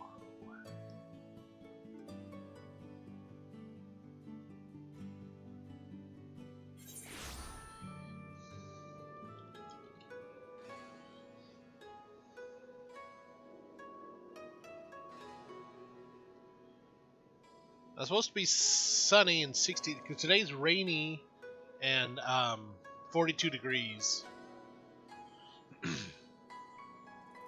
Like high chances of precipitation up until about 9 o'clock tonight. So that's about when the winds are supposed to calm down too. But yeah, 63 degrees tomorrow and sunny. Then wet into the week, into next week. I'll see what mood I'm in if I'm hot chocolate or chocolate milk. You'll trade me what, weather?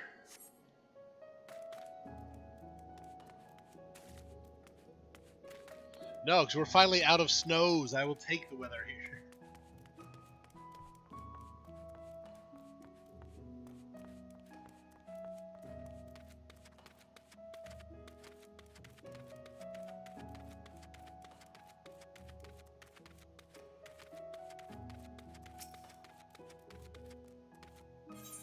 Send me an angel. Yep.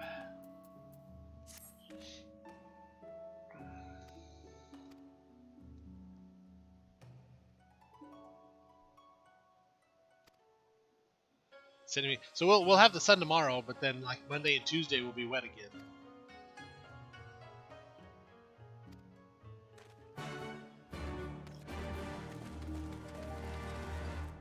Sorry, I can't ride my mount here.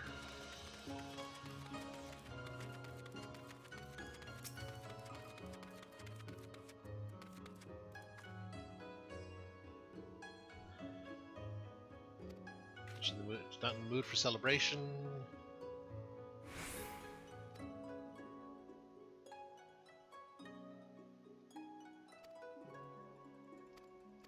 I'm just gonna skip through this story stuff to get to what I need to craft.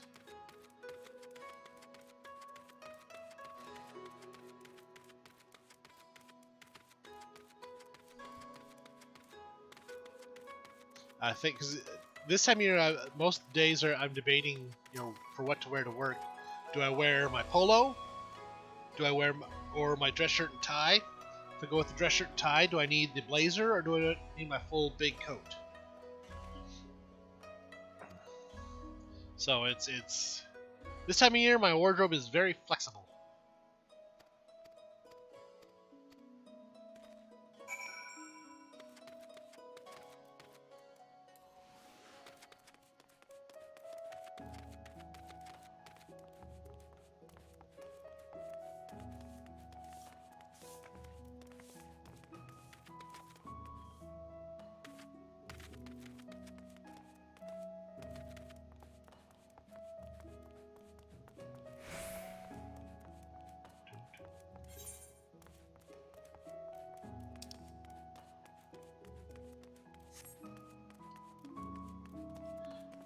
Run all the way across town to this pier.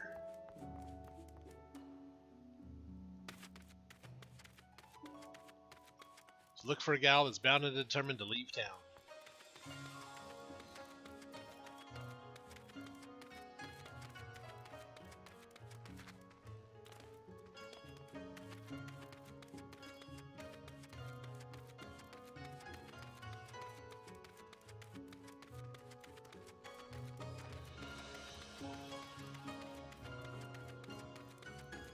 Kotatsuro.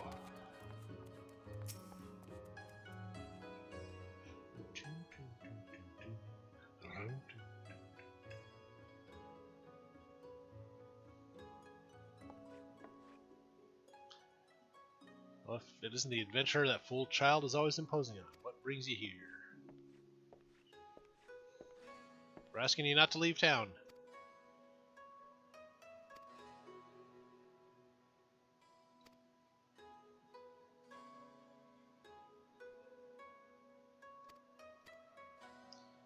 So she's leaving to get married.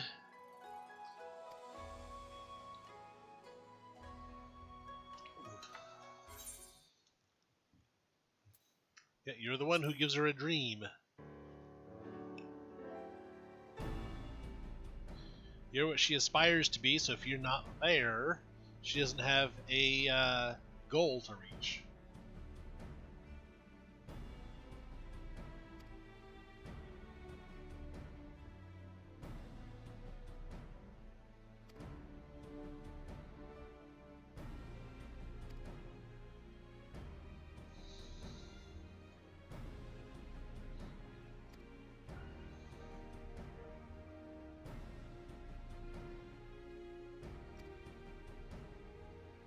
Dance of an angel lured down from her home in the sky, okay?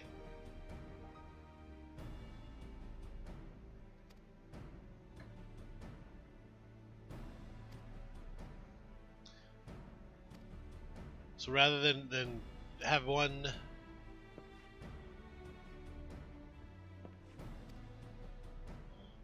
excuse me.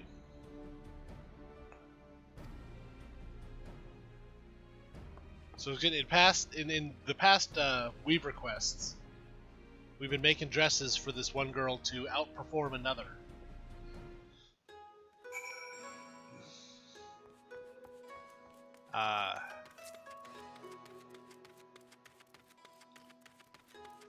But turns out it wasn't the dress, it was more the performer that was the important part.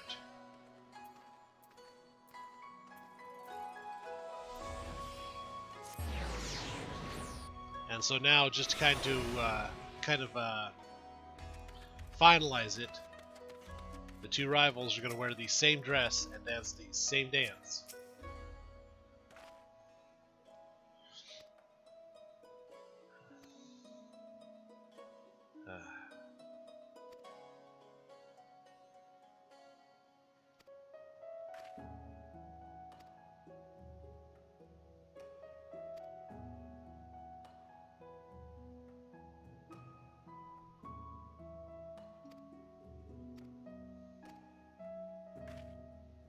So Kotocho was going to retire, but she decided, no, oh no, hey, we're going to dance the same dance in the same dress.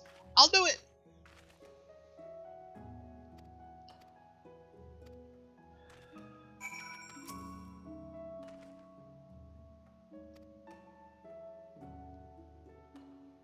So I have to take these fabrics.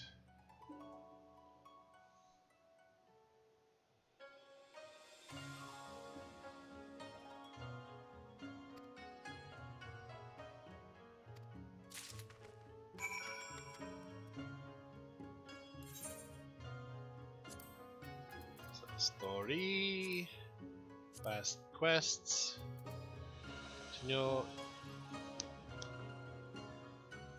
Tenyo Hagaromo, 2 of them high quality.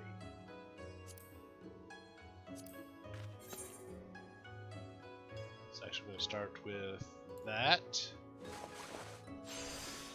Then we'll do a waist knot and some hasty touches.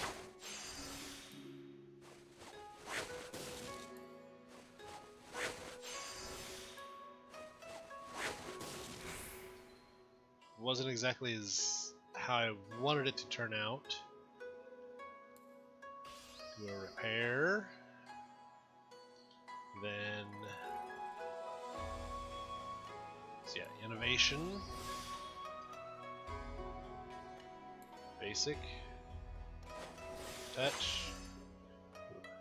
Precise touch. And Fire God's Blessing. Okay. Do another repair. Veneration. I should have done the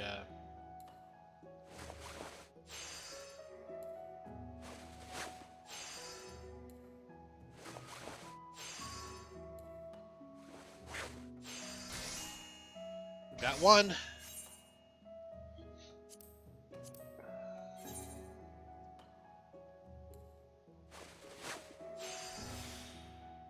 Okay. Then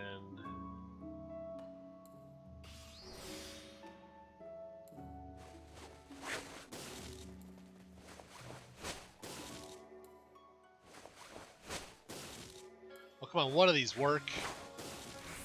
Seriously, just failed 4 hasty touches.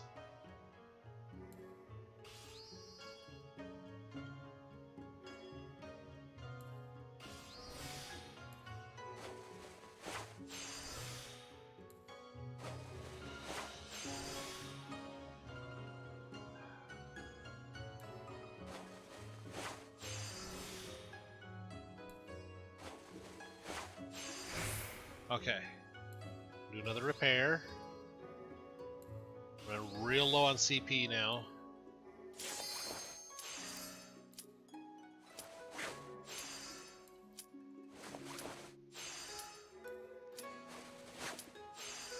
Got it. Okay.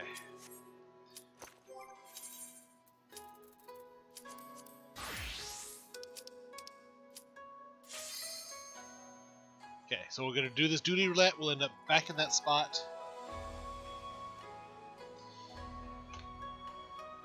After the dungeon run.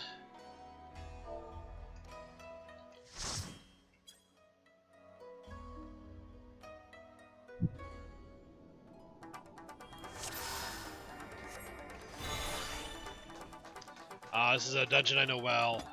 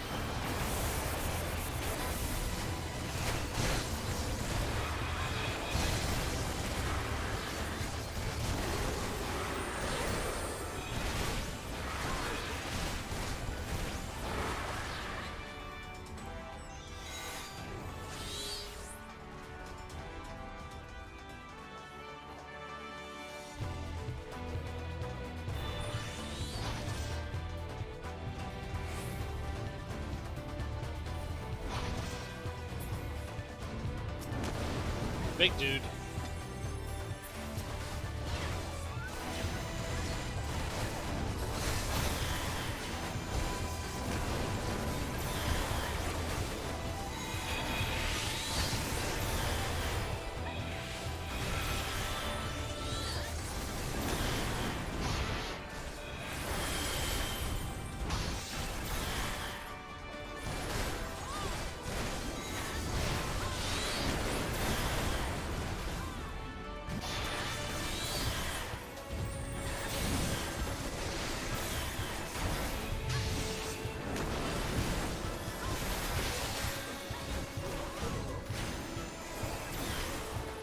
Flame flicker there for a second. Frame flicker. Not flame flicker, but frame flicker.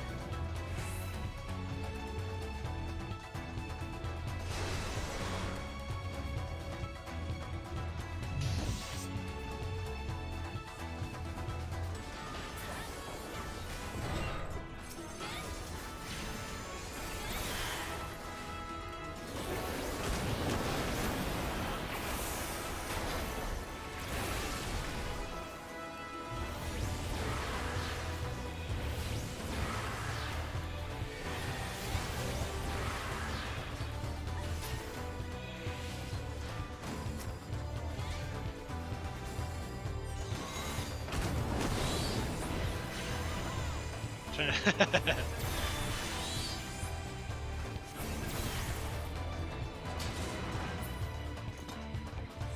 boss number 1.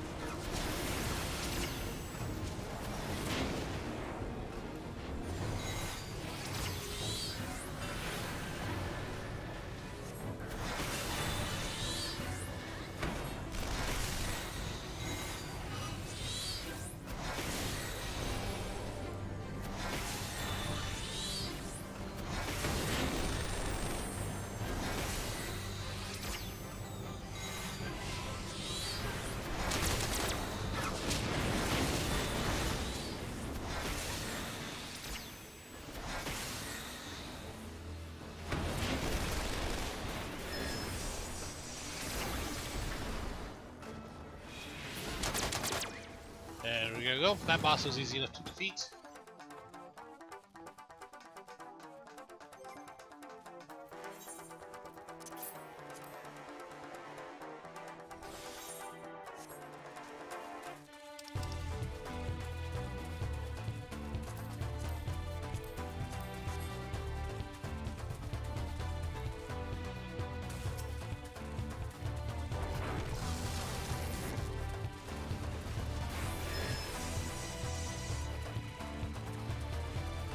Woohoo!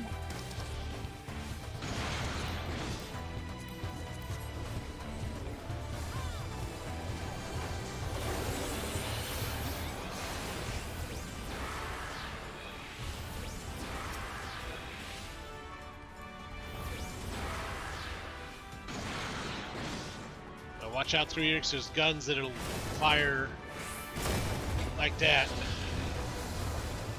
Yee! Something big's gonna happen there.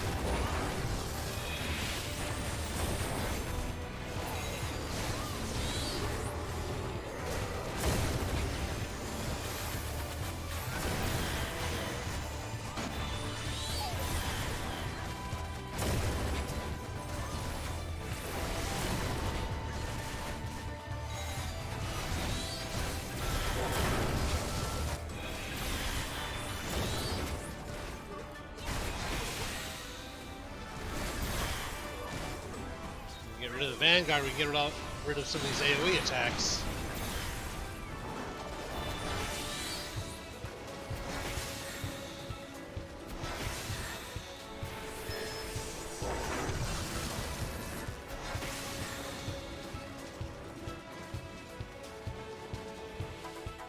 That's gonna hurt.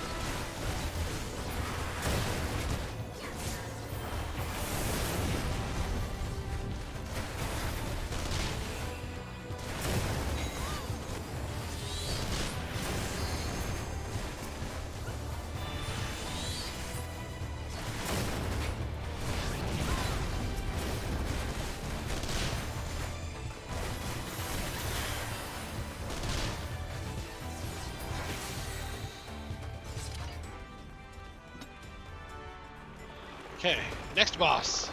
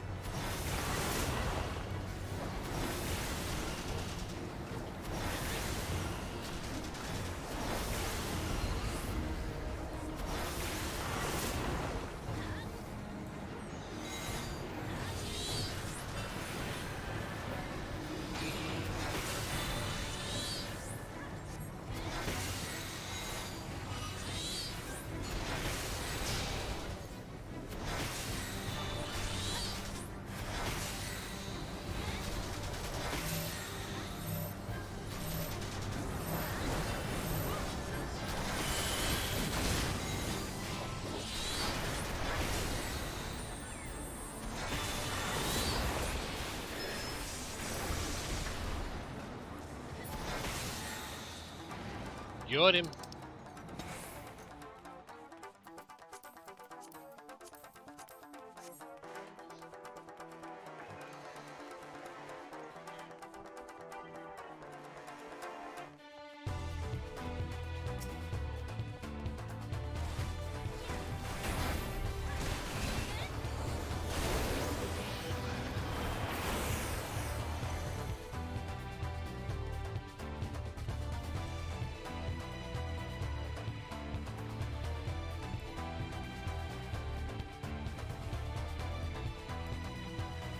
Dang it, I lost the dragon attack.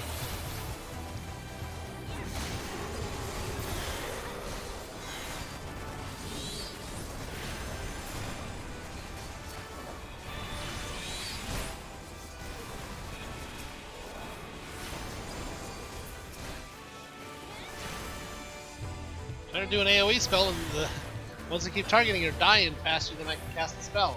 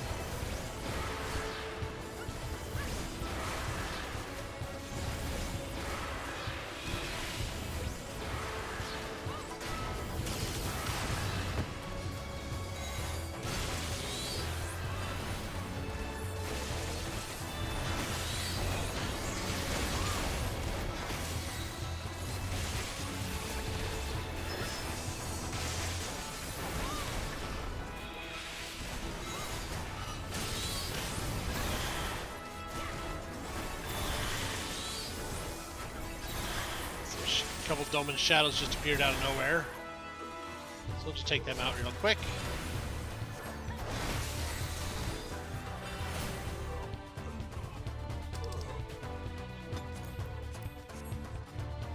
And now we're at the big boss of the dungeon itself. Real quick, easy dungeon run.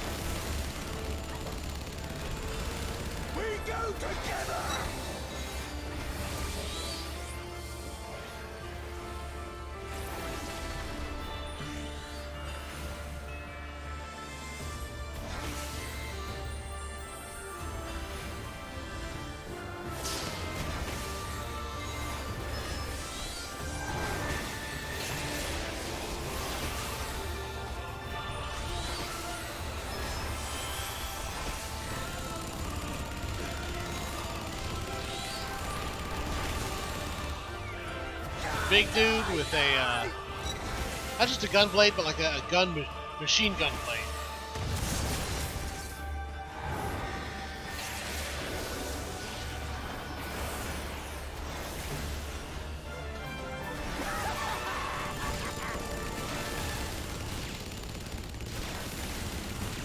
Get off me! Die, die, die!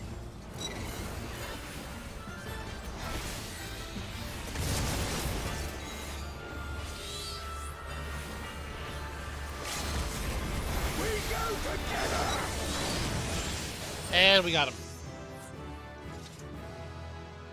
A GG. Commendation for the Dragoon.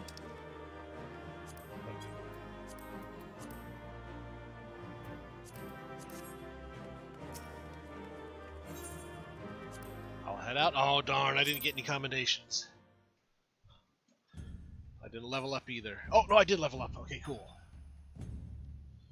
So I'm 84 now, so let us finish this Weaver quest.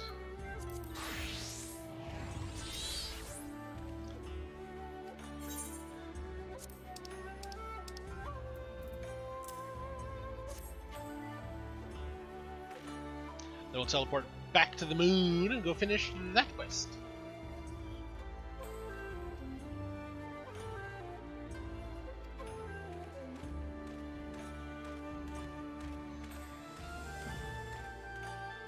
A spectacle for the ages.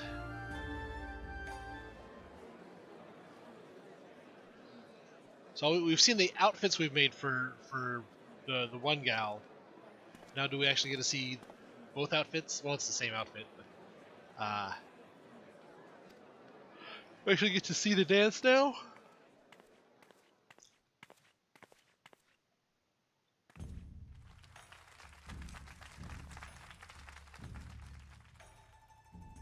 Two angels descended from the heavens stand before our very eyes.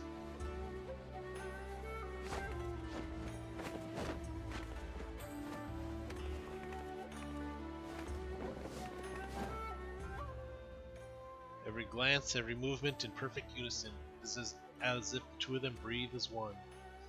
Is this still our mortal world we live in? Pray pinch me, friend. I might be certain I have not been spirited away to a land of dream and fancy.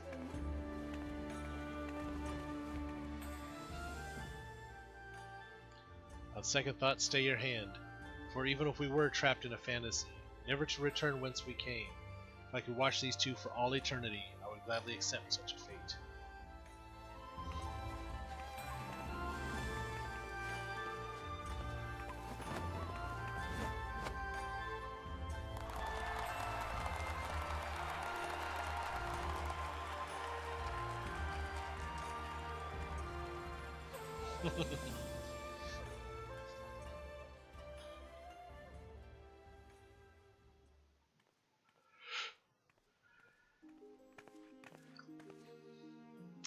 I have no words for the beauty I just witnessed. It is as if I am lost in a dream for which I hope never to wake. You can thank Master Burfeet for that. From the moment I wrapped myself in this Hagaromo, it was as if I had truly transformed into an angel. All my years on the stage, I've never felt as I did this day. It was as if our bodies and souls were one. I knew not where one of us ended and the other began, and to think I almost left the Hanamachi without ever having experienced the rapture of this night. Koretsoru, forgive the headstrong, foolish girl you knew, and know that the woman who stands before you understands all you have done for me through the years, and thanks you from the bottom of her heart.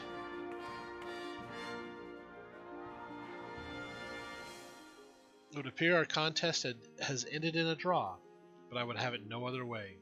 Once I dreamed of the day when I would surpass you, but today a new dream is born inside of me. All that you have given me, I will share with those around me. The young master, Master Burfeet, and all those in Kugane, citizen and wayfarer alike, who would honor me with their patronage. The Flower District will be in safe hands. Farewell, my dear sister, and may happiness fill the rest of your days. Thank you, my dear, but let us save the farewells for the proper occasion, shall we? Or is the shining star of the Hanamachi in such demand that she would refuse an invitation to perform at my ceremony? Because she's getting married. No, I could. Oh, no.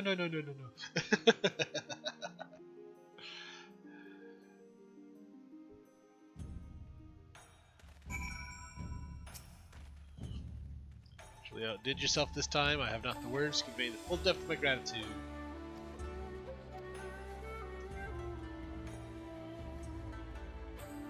Both the Eorzean dress as you fashioned for her and the traditional kimono handed down to her.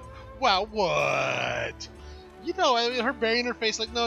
Yeah, I mean, that's. Oh no, I couldn't. Oh, if you insist. I mean, that's signature of that kind of dialogue, even though we couldn't hear it or see it.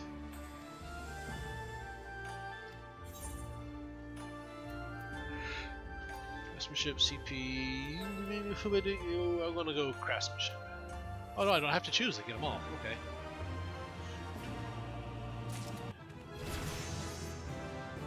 And I got to level up out of it. So I actually learn ground. See, what is Reparate Touch? Okay, so increases quality, but does cost more durability. It costs 20 durability instead of 10.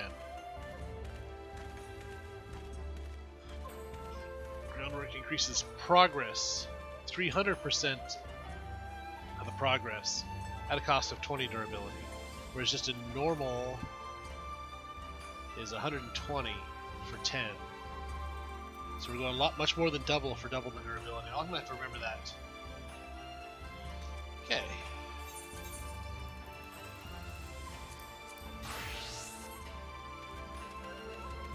So now we will teleport back into the moon.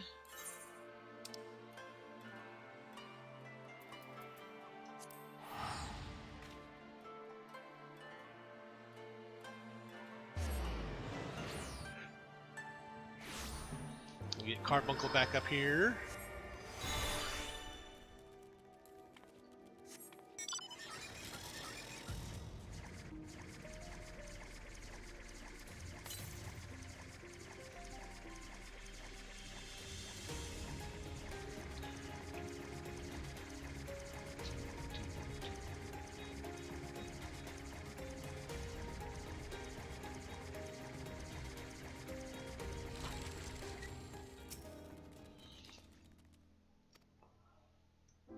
Yep, I learned there's more creatures on the moon. Obtaining the brands required a great deal of her energy and focus. Come higher with every rejoining. The moon was in fact created by Heidelin. When the Watcher said he was created together with this place, I thought he meant only this facility. Truly, Heidelin's powers are far beyond anything I could have imagined. So Heidelin mooned the whole world all at once. Jadoon platoon on the moon.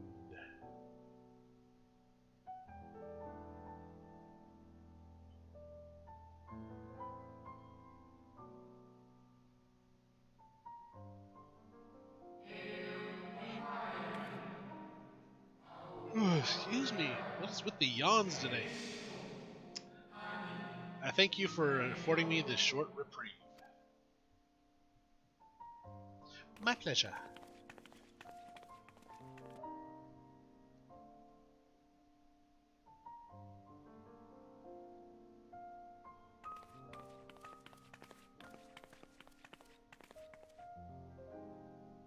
It is we who should thank you. The records stored here are nothing short of extraordinary.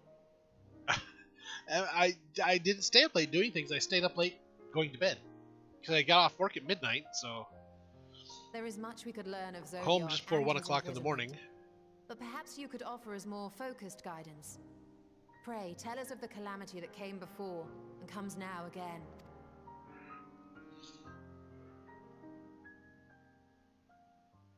Tell us of the final days. That's probably nodding off 1:30, quarter to 2 or so. Long ago, before the Great Sundering, there was but a single world, Etheris.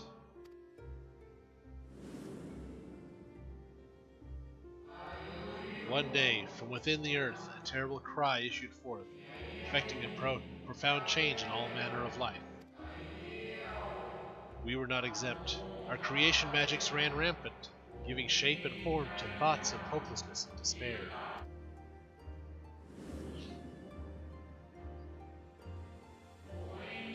At first, the phenomenon was limited to a single region, but quickly, so very quickly, it spread and engulfed the whole of the star.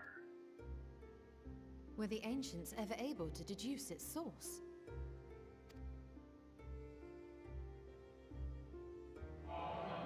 They were not.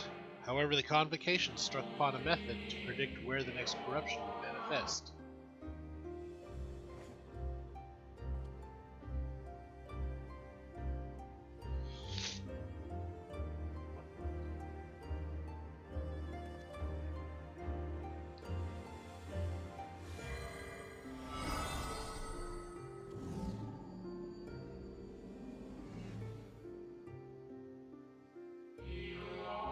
etheric energies which flow through all of creation in the form of various currents.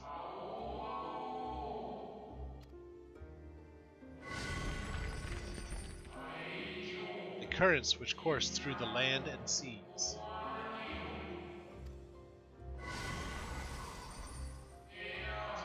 Those which flow through the very air.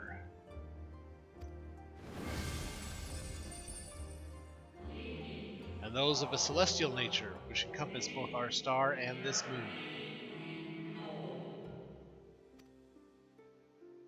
Celestial currents.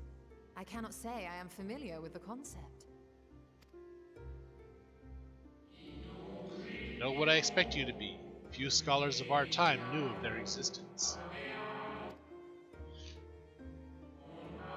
Their invaluable knowledge helped us to better understand the nature of the calamity.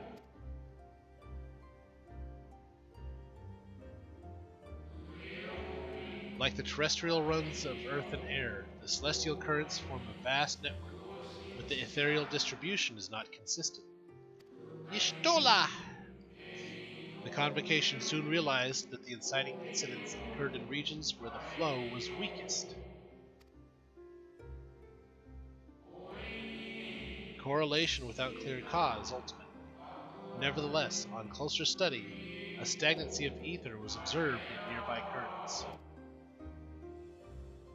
And so they sought a means to harness the forces of darkness, of activity and growth.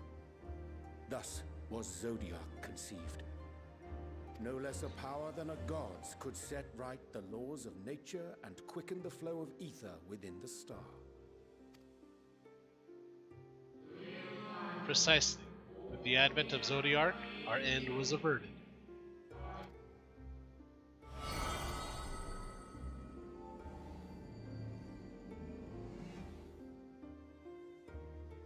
Emmett Selk claimed that those who summoned Hydaelyn did so because they saw Zodiac's power as a threat.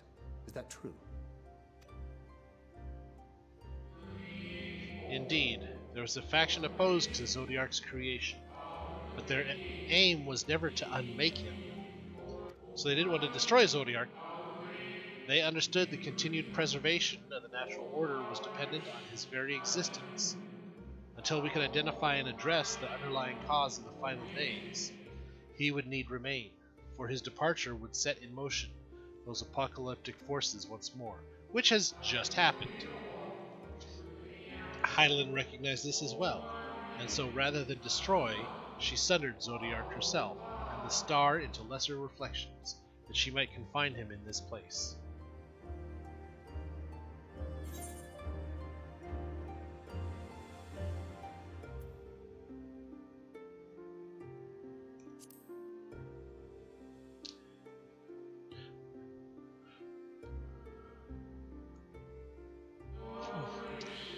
That the two once dwelled as one until Zodiac grew hungry for power, upsetting the balance twixt them? Not quite a lie, though a rather gross embellishment. But knowing what you know now, you must surely realize why she might opt to obfuscate and mislead. Hydaelyn and Zodiac are both constructs of man, approximations of perfection limited by our own imperfections. Zodiac was, without question, more powerful of the two, having been born from the sacrifices of half of Aetherius' population. Thus was it necessary for Hydaelyn to commit herself wholly to his defeat. Still more effort was needed to confine him. Maintaining the brands taxed her greatly. With what power she dared spare, she cried out to any who might listen, and offered her blessing to those who heeded her call. Jebediah copied in Shadowbringers. Though it was likely within her power to do so, I believe she did not wish to speak of Aetherius and her history. Like Zodiac, Hydaelyn's purpose is a reflection of her creators. They wish to look to the future and not linger in a prison of the past. The Ascians set in motion 7 rejoinings before we came to oppose them. How many more worlds would have been lost had we not placed our faith in her? How many more souls living in the present would have been snuffed out for the sake of those long dead? Well, in light of recent events, I see no reason to doubt your words. And even if Hydaelyn is not a god in truth, if Minfilia believed that we should trust in her plans, then I choose to do. Which brings me to a rather important question. Let's suppose we try but fail to stop this second coming of the final days. Should the source fall, what will become of the other worlds?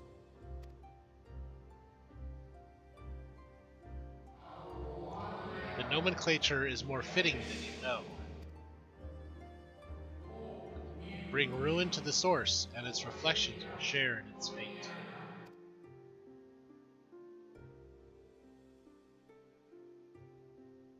Which is why it's called the source.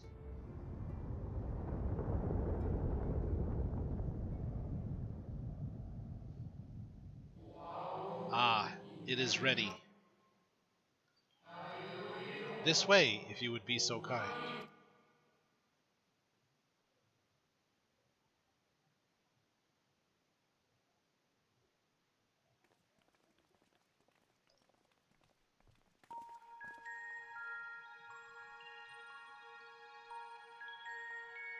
That's a new tower. A beautiful sight, is it not? Yes, but what is it? Hydaelyn knew better than any that her power was not absolute. Indeed, she has ever struggled to hold Zodiac and his faithful at bay. She feared the worst, and so made preparations. In the event of his demise, there would be a contingency. This moon is more than a prison. It is a vessel capable of bearing the people of Aetheris to safe harbor. It's an escape shuttle!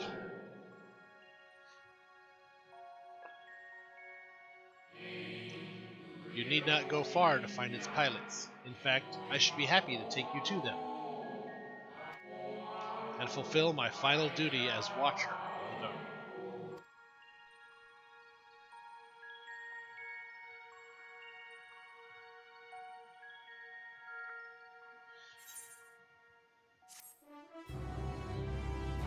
Okay, we'll see what this piece of gear is, and then we'll go on. 475,000 experience points. Let's see, it's a weapon, 533. My current weapon is 530, so it's a slight improvement. What is my Reaper's weapon? Reaper's weapon's only 525. So it'll be a bigger improvement for my Reaper than for my Summoner. Strength 210, Vitality 226.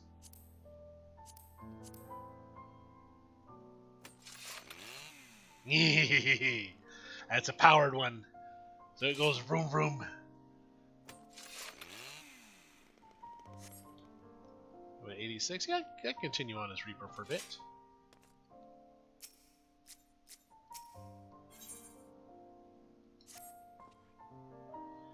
Time has come for you to be on your way.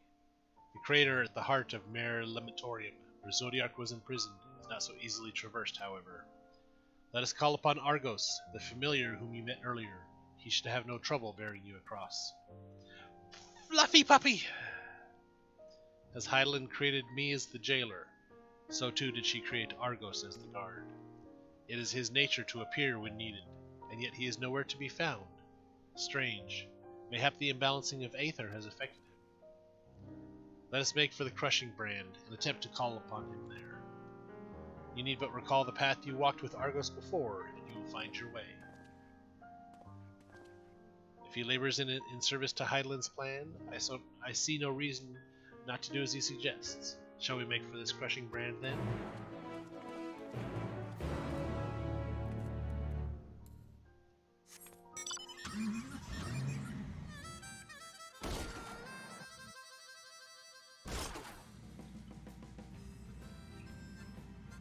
Just gonna let my HP recharge back up a bit.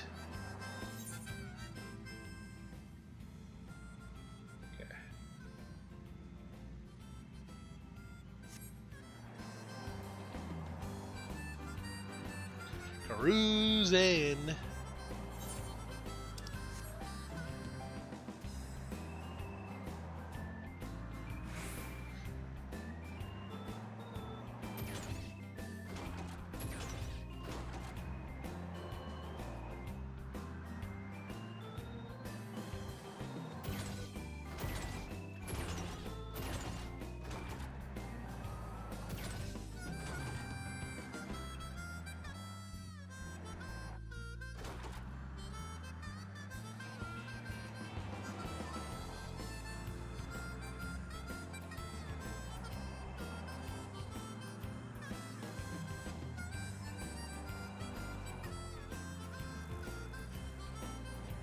Oh, somebody fishing back there.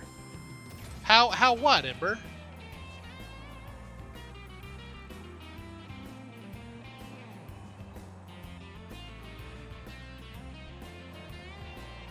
Just out here driving a car. I mean, people do it all the time.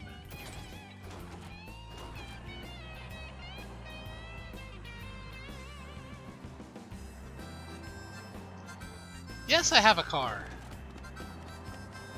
I got it a while back in the crossover event between 14 and 15.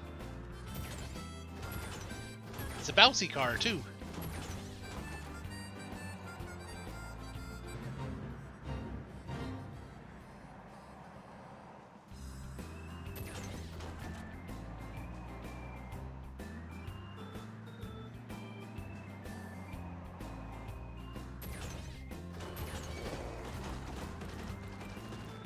Now we got our Ender Cactuars.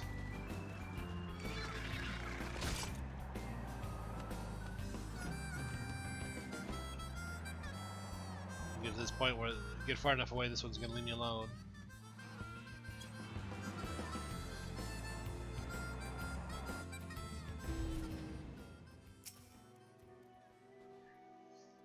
Place we seek is just ahead at the Colossus Grut. See, Argos cannot manifest without sufficient concentrations of ambient ether. You would be hard-pressed to find a greater confluence than inside this cavern. Follow me.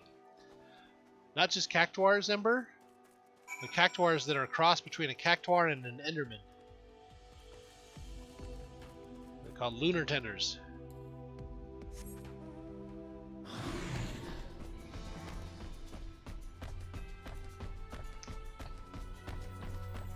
Big green booty.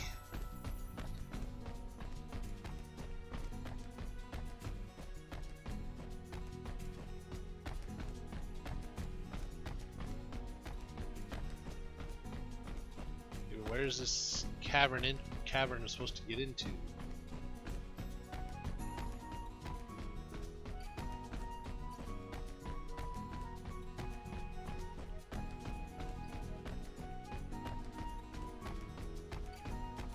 Miss a cave entrance here somewhere?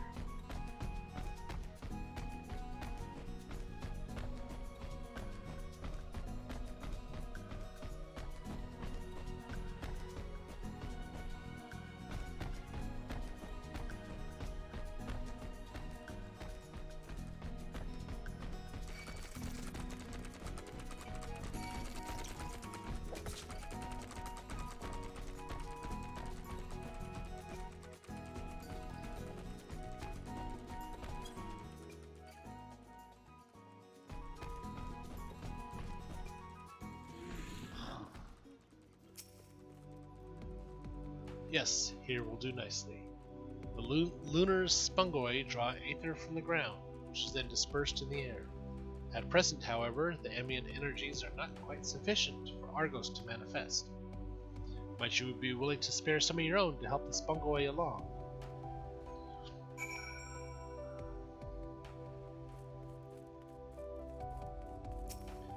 Just for the heck of it.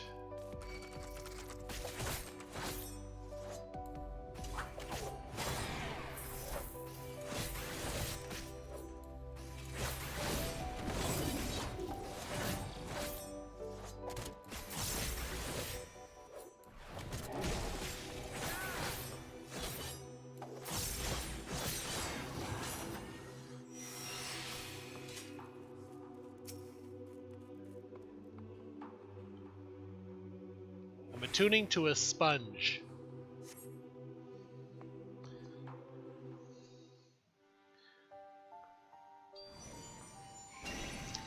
And fluffy puppers.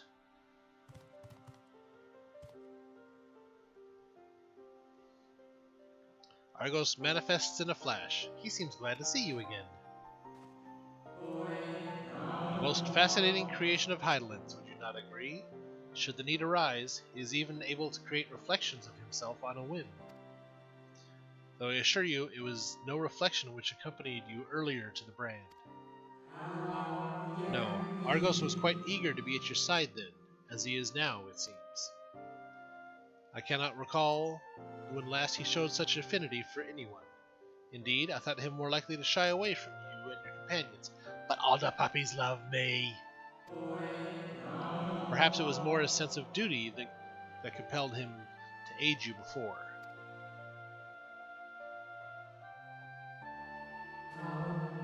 As for your companions, they get to fluffy puppy reflections. Unexpected, but greatly appreciated. I believe we are all ready. Let us return outside that you may cross the chasm.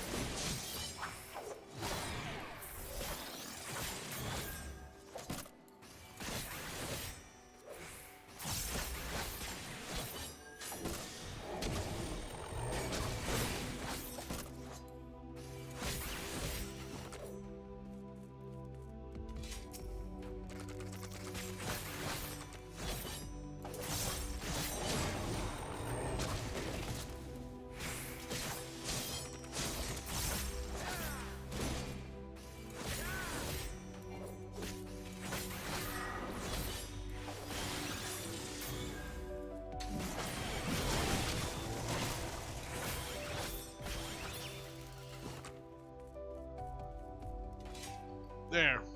Enemies all go bye-bye.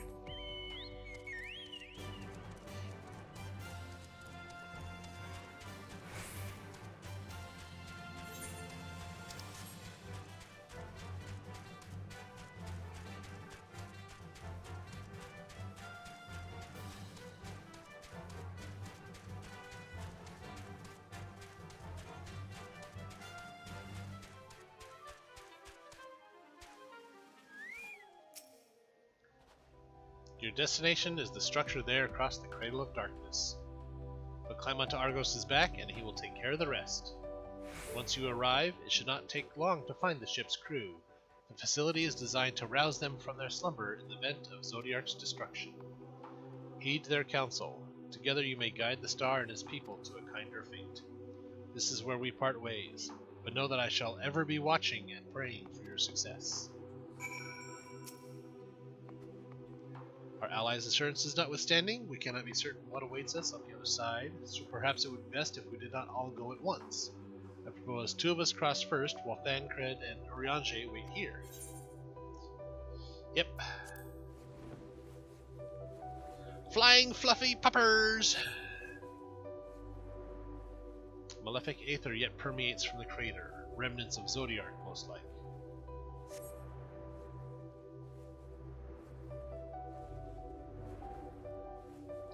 Northern Mare Lamentorum.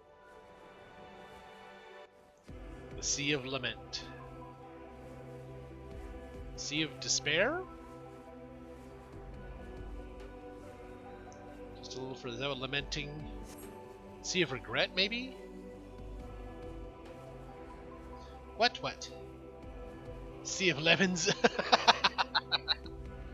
I mean, you would be lamenting the lemons life gives you. So yes, Sea of Lemons works.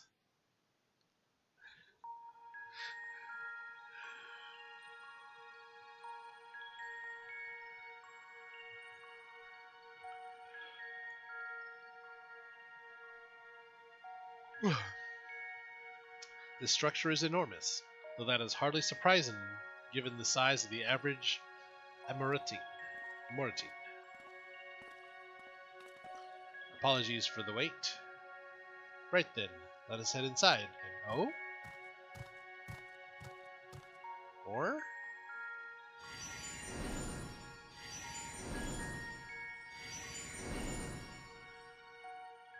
Oh, just the reflections went away. Most intriguing. A means by which he conserveth energy, mayhap? Well, I certainly wouldn't want him to blink out of existence on our account, helpful as he's been. Thank you, Argos. We'll take things from here. If Argos is to remain without, let us not keep him waiting over long.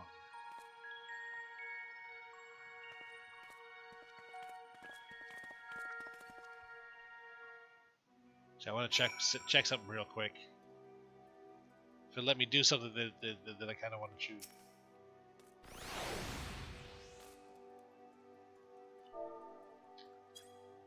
You gently pat Targo. I'm petting the puppy! Okay. Got that out of my system.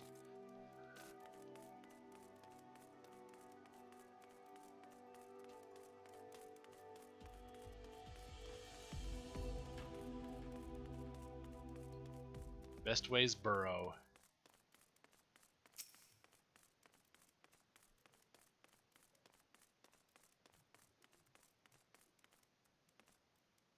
That's a big place down there. Am I sure what? Am I sure that I'm petting the puppers? Yes.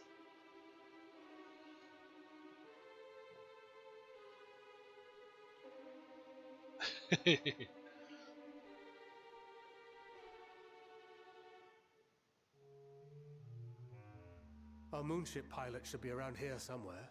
Is that right? Actually, I think what some of the creatures we're about to meet should be familiar from way back when I first started streaming.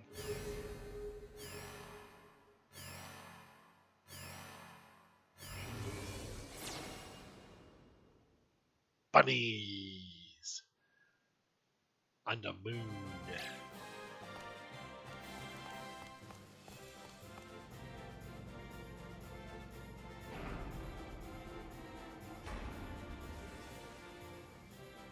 On the moon is a giant manufacturing plant operated by bunnies.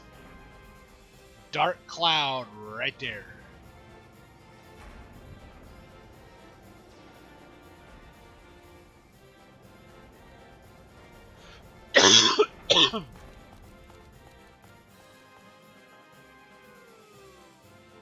One's still asleep.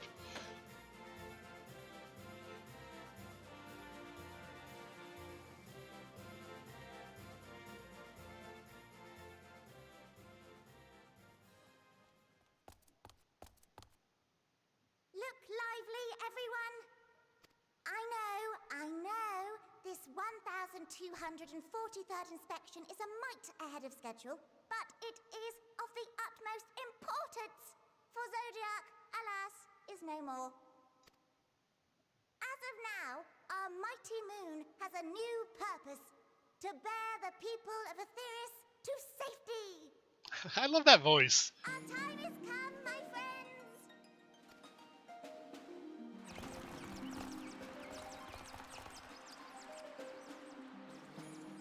We must be swifter than swift. There is much to do before our guests arrive. I expect your workstations to be immaculate. And don't forget to relay our signal to Aetheris. Questions? Yes? No? Maybe so? No? Then hop! Yes, no, maybe so.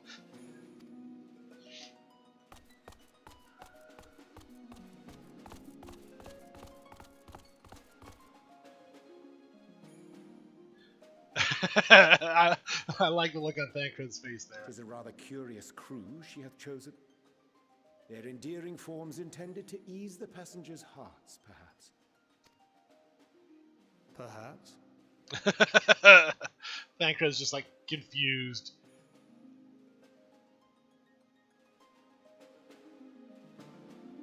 Utterly, completely, and totally confuzzled.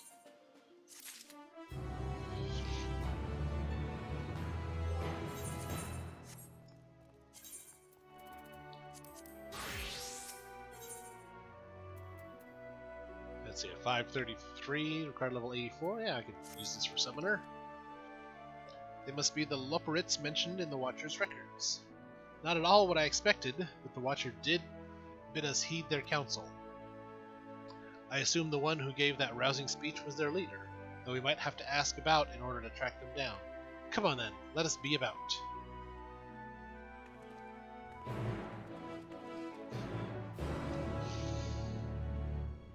I just caught the title of the quest.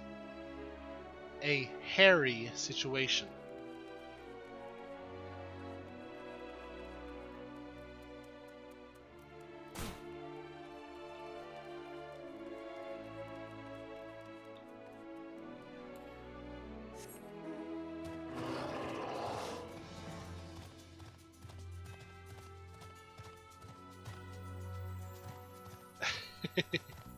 Hey, what? I didn't write the quest titles.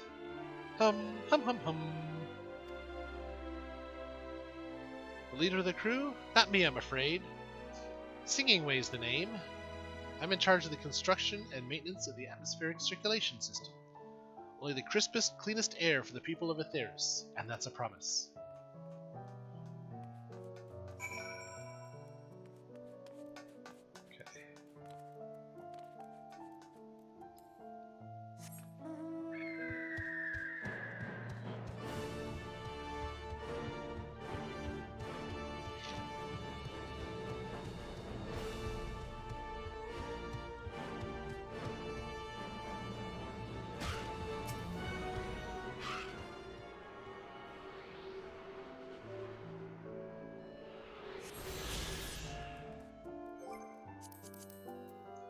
Oops, is that what I wanted?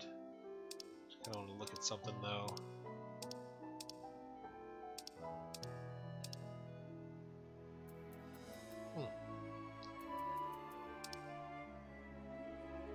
Okay.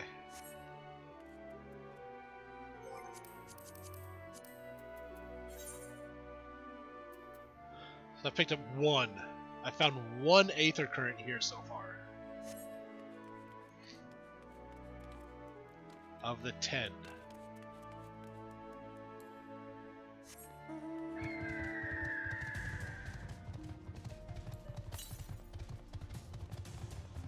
One Yolms to the north.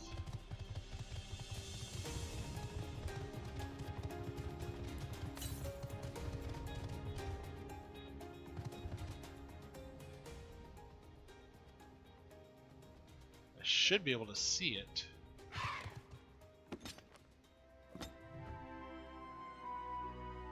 I was just up there.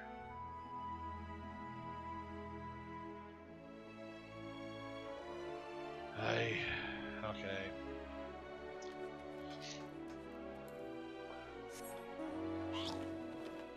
The Flying Pig!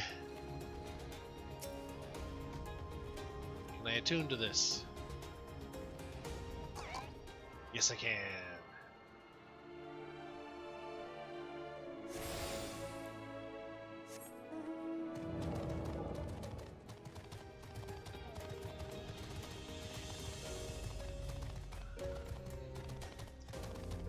All the way back up to grab the Aether Current that I'm pretty sure is up there.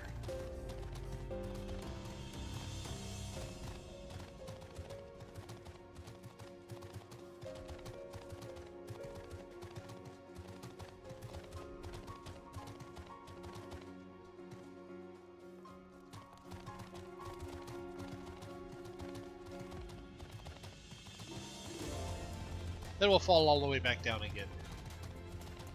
Falling down's fun.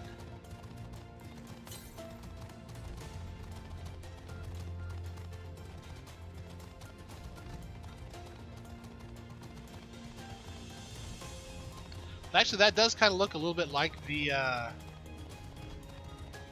floor of the factory where you're making the robot in Dark Cloud.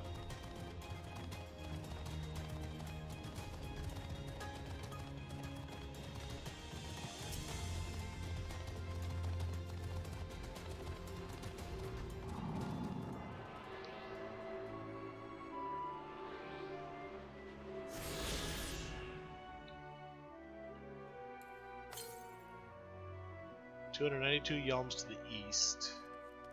We'll be outside this structure.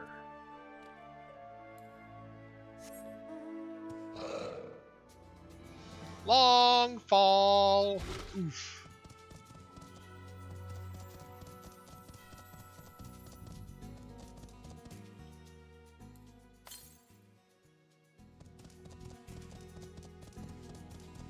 Yeah. Yeah, 200 yalms to the east is going to be out here in this greatest Ensvale.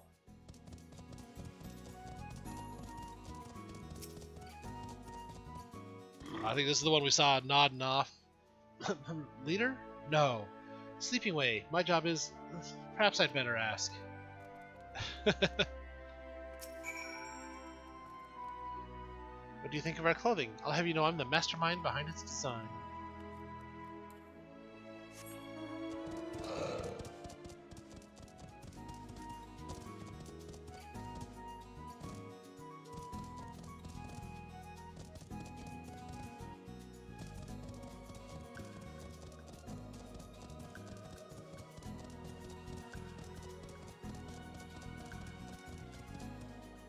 That's right, Gemstone Trader.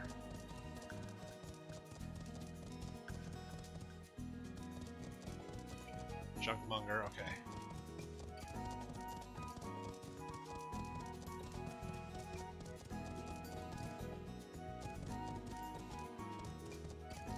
Snappy Lupper it. Snap to it.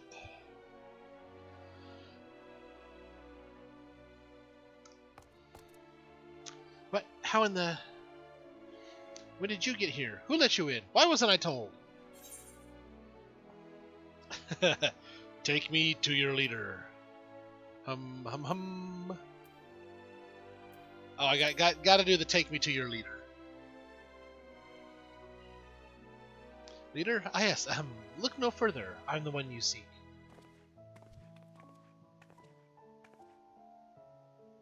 Well, well. Looks like you beat us here. Your friends, I take it. Is this all of them?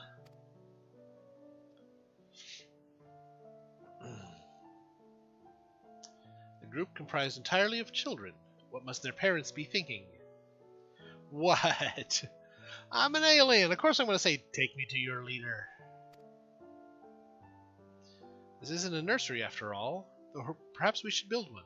Or did we build one already? No matter. You needn't worry your pretty little heads. All will be well, I promise. But goodness me, we shouldn't be standing around gawping. I must take you to meet the others.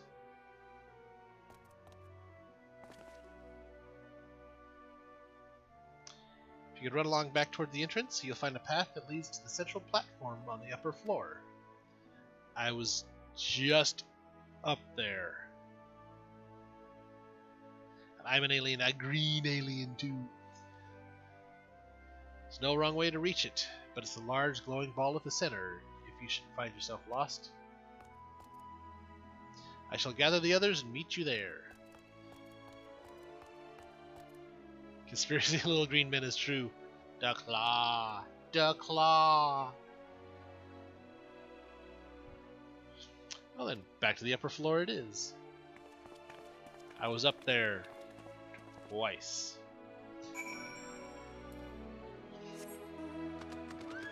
Saying I'm not little, yes, my wife would definitely agree with that one.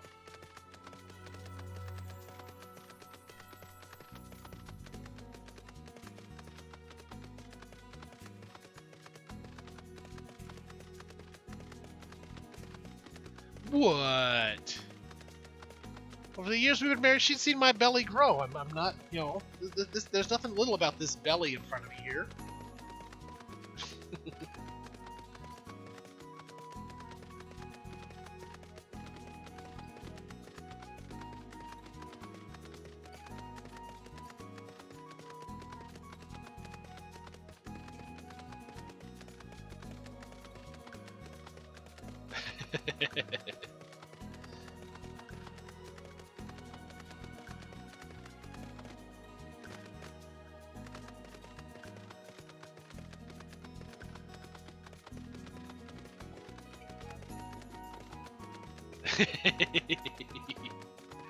Hey, I can't direct or influence what's in other people's minds.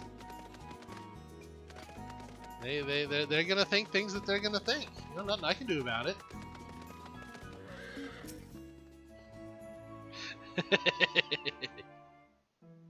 Ember, I know. That's why it's fun to redirect by saying belly. Introductions are in order. Ahem. My name is Livingway, and we are the Loporits, created for the express purpose of commanding this ship and bearing the people of Aetheris to a brave new world. More specifically, I am the one whom she charged with the execution of her most vital plans. You might say I'm her right paw. Livingway's the name, map reader and navigator of the heavens.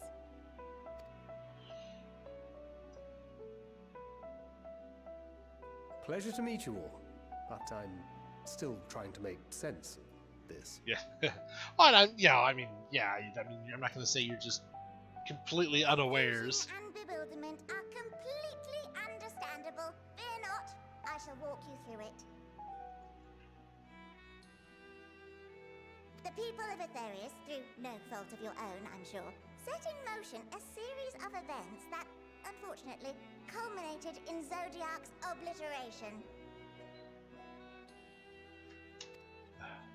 Acutely aware of the imminent crisis, your parents said to you little ones, on ahead while they began the necessary preparations. Not exactly, but... Still not following? No? Very well, I shall elaborate further.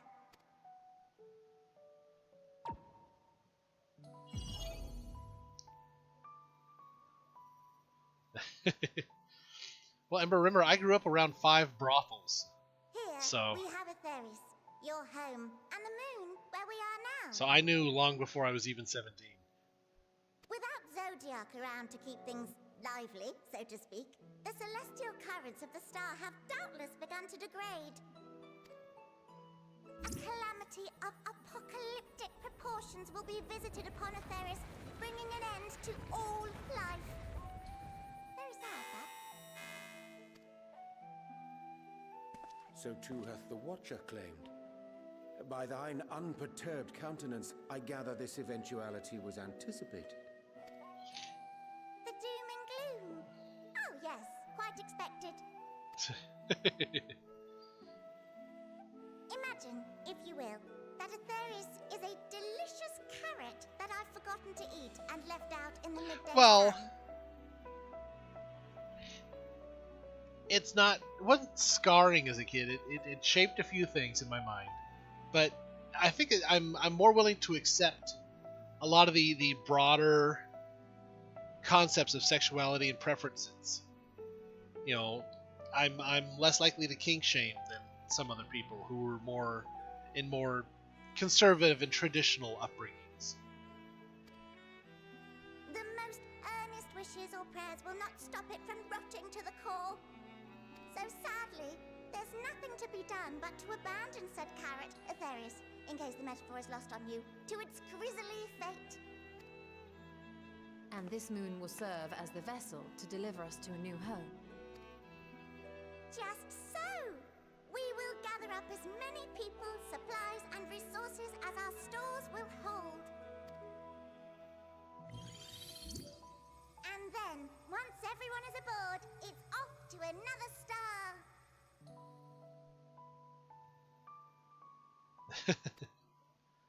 Easier said than done, admittedly, for one does not simply hop from star to star on a whim, which is precisely why we've spent countless years constructing the most propulsive of propulsion systems. I mean, but it wasn't always in my face, but it was present. I knew it existed. We ought to make it to our destination in 2 shakes of a rabbit's tail.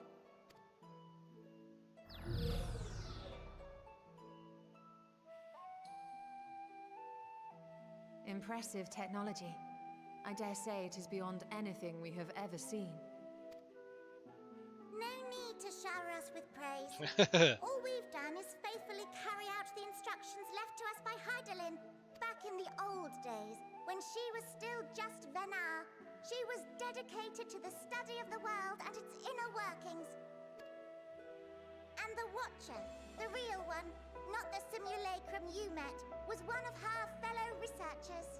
We and this wondrous vessel masquerading as a moon are products of their knowledge and know-how. There's certainly more to you all than meets the eye. Might I ask where exactly you intend to take us? We That would be identified mapping a way. few promising candidates for resettlement some time ago, but we cannot guarantee that they are fit for habitation. Moreover, the ship can only travel in short bursts. We intend to go down our list, hopping from star to star, until we find one suitable for resettlement. No need to worry, though. The vessel is being refurbished with accommodation for an extended stay as we speak. While we did have to rely upon outside help to determine what amenities were essential, I dare say we have risen to the challenge. Okay, the Charlians. From who? From you and yours! Who else? Each time we woke to perform regularly scheduled maintenance, we were greeted by the resources you sent us. What better way to learn about preferences and proclivities of our present-day charges? Ah, but you're still adorable little children. Perhaps your elders were responsible for the deliveries. I'm Who not says we're sure what children? led you to conclude otherwise, but I can assure you that we are all grown men and women, and I very much doubt my elders know this place exists, much less how to send you so much as a starlight missive. What? Then who in blazes let you on my moon? Your moon?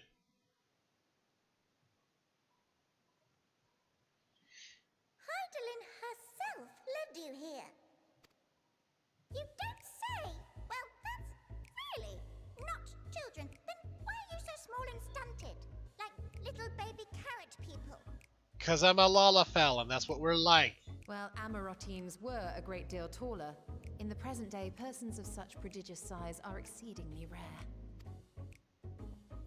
So, you're saying everyone's not like the Watcher? Nope. Oh, confound it all! Someone could have at least scribbled a note about your profound miniaturization. That tome in thy possession. Oh, this? One of the first books sent to us. A compendium of the people of Aetheris, with a few blank pages at the back for minor corrections and updates as needed. The sum total of our knowledge of your kind is contained in these pages. I thought it was abridged and made small for our benefit, but this isn't a regular-sized book, is it?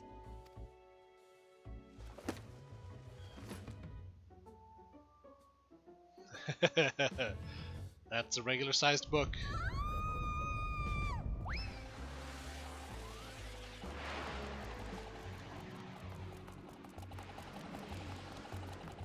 Somebody's a little panicked. Building way, can you hear me? Yes, we're all very busy. Change of plans. I need you to rebuild the domiciles at 1/3 the scale. All of them. Yes, all of them, and but me no buts. See to it with all speed. Perhaps you could tell us a bit more about your terrestrial collaborators. I already know who they are. Yes, in due time. But first, I'd like to hear more about you, if it's all the same. I'd rather not risk any other complications due to outdated knowledge of our passengers-to-be.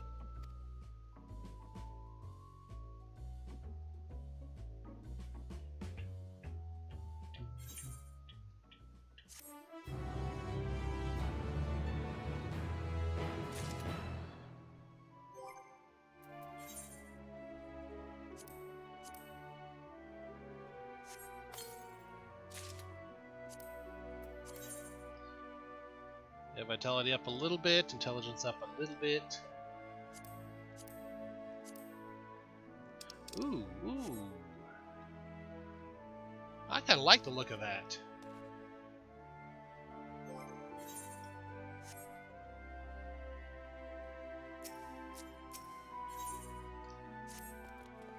I like the look of that robe.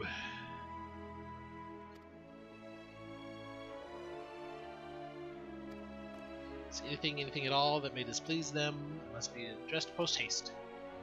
Address it we shall. Here at Bestway's Burrow, we have assembled everything required to offer our guests the best way forward. Ahem. We have produced myriad amenities we understand to be essential for day-to-day living, and I wish to hear your opinions on them. Sure you've all worked up an appetite, so why don't we start with foodstuffs? Meet me at the Caratorium, and we'll see about filling your bellies.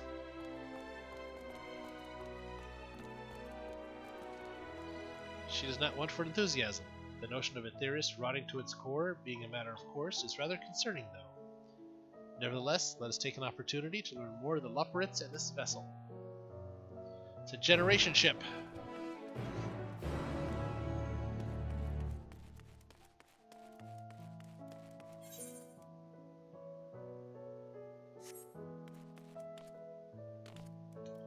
I don't know if I wanted to do that.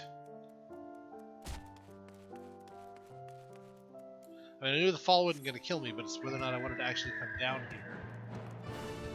Nothing way.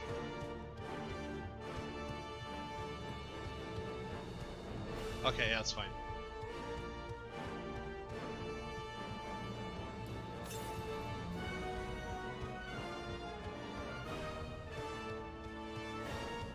Hopping way, yawning way.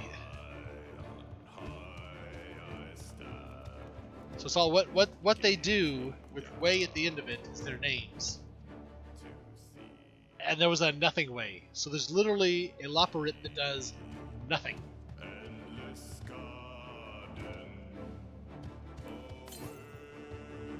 Northwest. 120 elms. Oh, there's bad guys in here.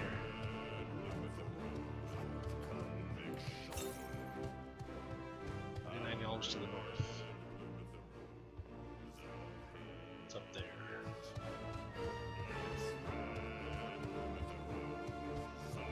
Okay, cooking way, I'll be with you in just a minute.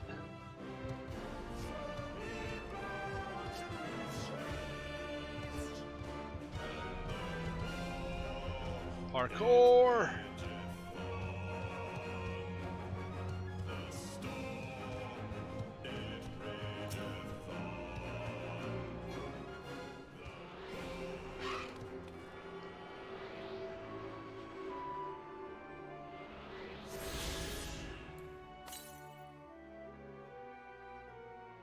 Five realms to the northwest.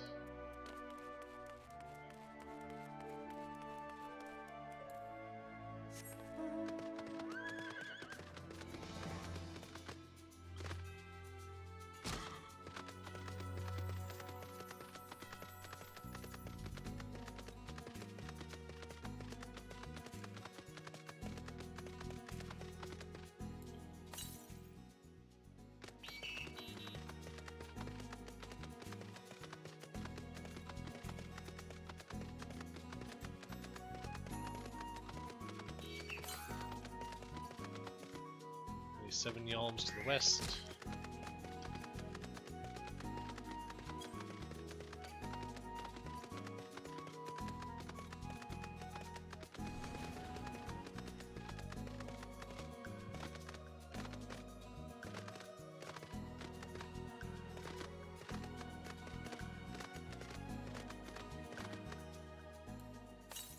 I see it right over there.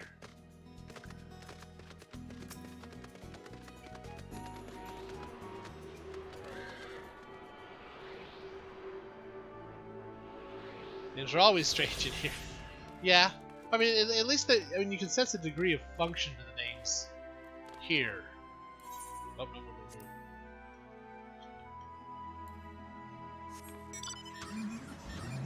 Ah, here's the car.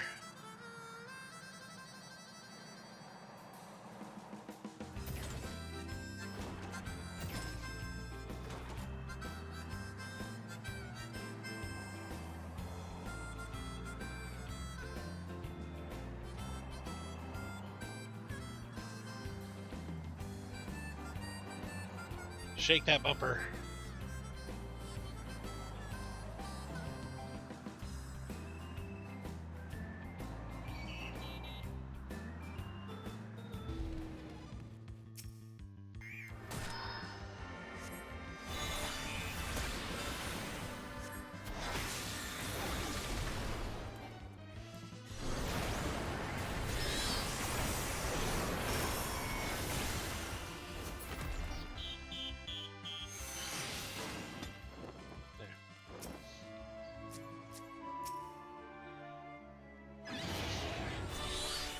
Welcome to the Caratorium.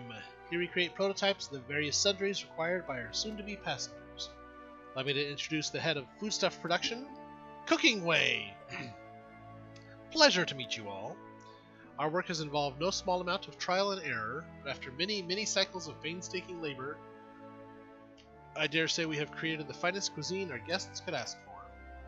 I've learned all about the essential nutrients for a healthy and balanced diet from the reference materials we received. Why, I've practically worn the words from those invaluable pages. Naturally, we've also considered the ease of growth and production. We will not want for ingredients. I must insist you try some. We have fresh stock recently prepared on account of, well, because we just woke up. We were all quite famished. Hop along the platforms here. You'll find a storage unit full to bursting with delectable delights. Help yourself to anything you like.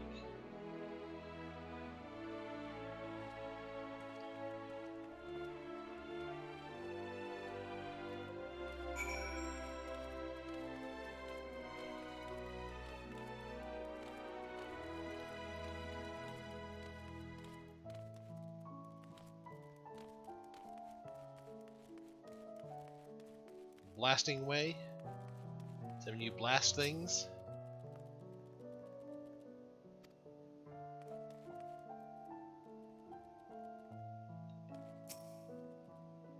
You open the storage unit and find a rainbow-colored assortment of carrots.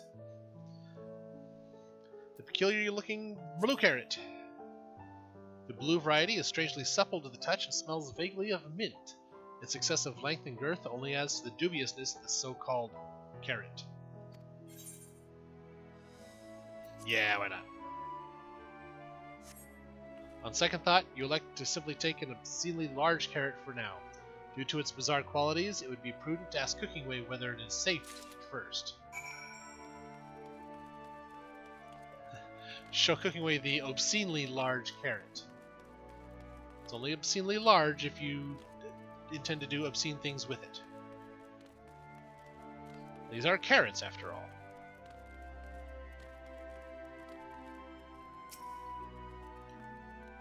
So, did any of our selections set your mouth to watering?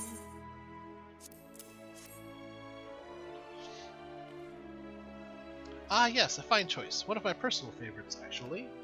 Please, dig in. I'm eager to hear what you think. Eat the obscenely large carrot.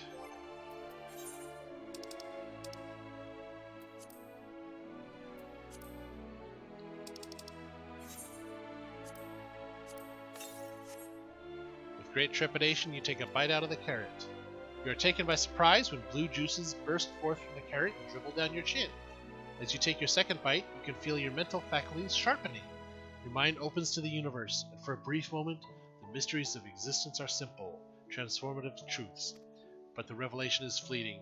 When you at last finish the carrot, a sweet yet sour aftertaste lingers on your tongue, and the number 42 in your mind. Yes! Philosopher's Carrot. And your mind is suddenly much sharper than usual. I ate a blue carrot. What did you think? Like anything you've ever tasted, yes? The Philosopher's Carrot improves mental fortitude. Something of a shock at first bite, but it's well worth the enhanced powers of cognition. We have plenty of other varieties too. Bleeding carrots to improve blood flow. Dream carrots to help with sleep. So you see, we have a carrot for every occasion. Why does it all have to be carrots? Blue carrot. That's what I picked out of the storage crate, was the blue carrot. I just got. What if I don't like carrots?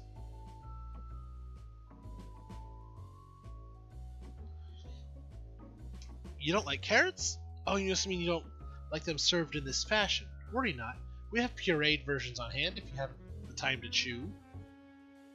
I take it you too had a wide assortment of carrots to choose from and not else? Oh, yep. Yep, it's all carrots up here.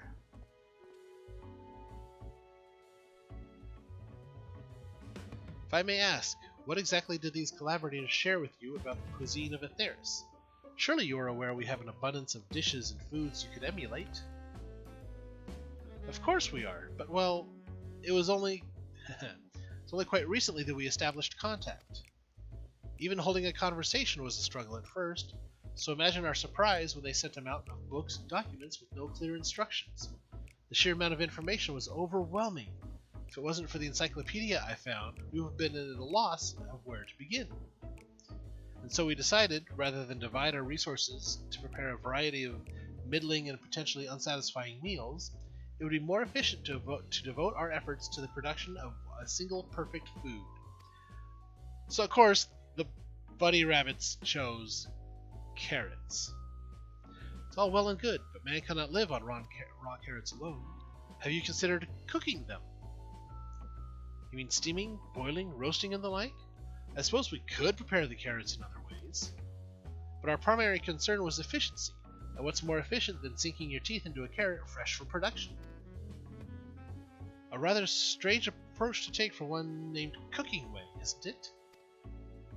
Well, technically speaking, Cooking Way isn't my given name. When first created, we were all named in the old tongue. You know, that otherwise impenetrable parlance the Watcher speaks. After we received a great tome of words, a dictionary that is, from our collaborators, we learned your language. Adverbs, gerund, present continuous verb conjugations, just the basic. Then, we found the terms related to our given tasks, and used them to form new names. Aren't they helpful? No, not really, but it does explain a great deal. Wherefore dost thy kind deem such a change necessary? When the rest of your people arrive, we want to be certain they understand immediately what each of us does. You'd never be able to pronounce our original names anyway. I see. I hope our critiques, such as they are, were helpful to you. Though if you should decide to preserve flora and fauna from Aetheris as well, you would be able to offer the passengers a more balanced diet. Until such a day, one I pray comes sooner than later, it would appear there is naught but carrots on the menu.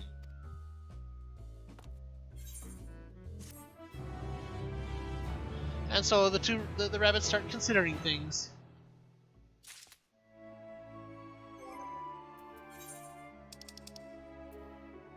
Purple carrot juice, skill speed and vitality. Well, it's spell speed, not skill speed. Where did I end up with this? I must have grabbed this from that dungeon run.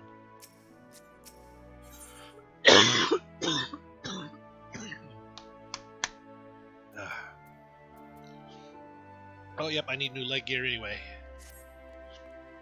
Not that you can see the leg gear under the robe, but I think we've had our fill of carrots for now. Let's move on to other necessities, shall we? Our clothing production is sure to impress. This way!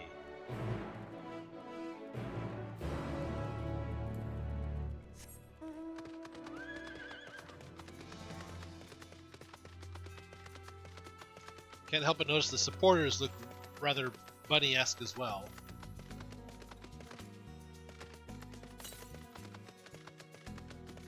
$573 yalms to the southeast, that's going to be quite a ways. My nightmare.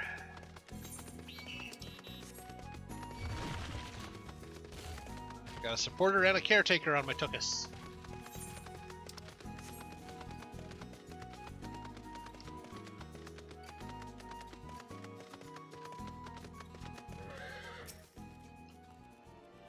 Here we are, the apparel production station. We've chosen to employ more traditional methods for this task, creation magics. Heidelin, in her infinite wisdom, bless us with the self-same affinity for magic her people possess. We have other amazing talents, of course, and I know you're dying to hear about them, but I will regale you with the details another time. That said, we did run into a spot of trouble at first. Our magic alone was not sufficient to see our work done. In the end, we discovered crystallized aether was a wonderful catalyst that could provide us with the extra vis we need. My, how resourceful. Ah, the sweet sound of recognition. You will also be impressed to hear we've read all about your habit of changing attire to match your chosen profession. For the sake of efficiency, I presume, this has also been taken into account with our designs. Why take my word for it when you can simply try on our clothes? Make yourselves known to the workers and they will see to the rest.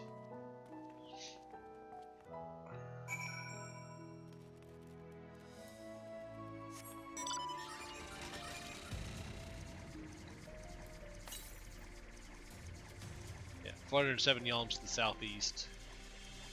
So I think I'm good on Aether Currents for the moment.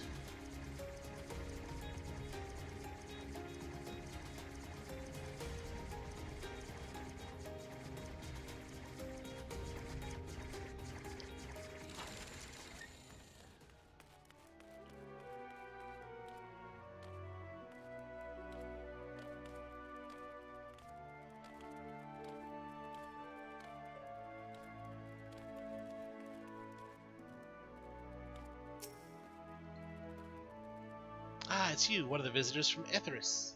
Goodness me, Mapping Way wasn't kidding. You're barely taller than we are. Oh right, you're here to try on a set of clothes, yes? What would you have me fashion for you today? Something simple yet functional. Yeah. I like simple and functional. Simple and functional, right. This will only take a moment. Let's see what kind of outfit I've got.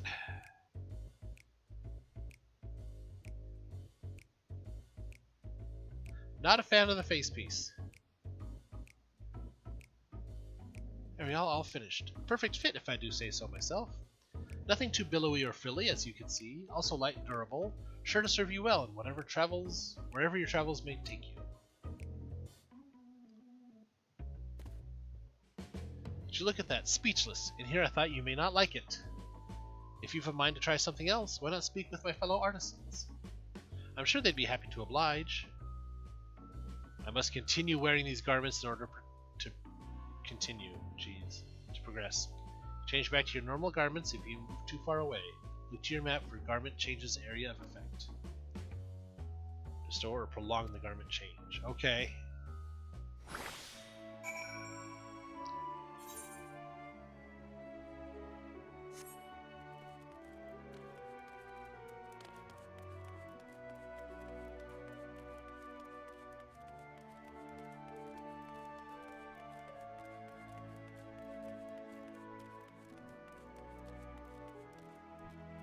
I mean, I don't mind the blue hem at the bottom.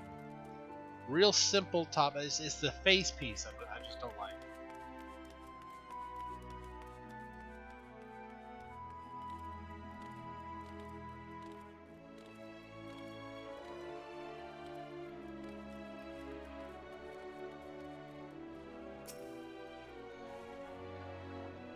Ah, no one said you'd be coming. How can I help you? You wish to try my clothes? Really? Oh, of course, it would be my honor. Did you have anything in mind?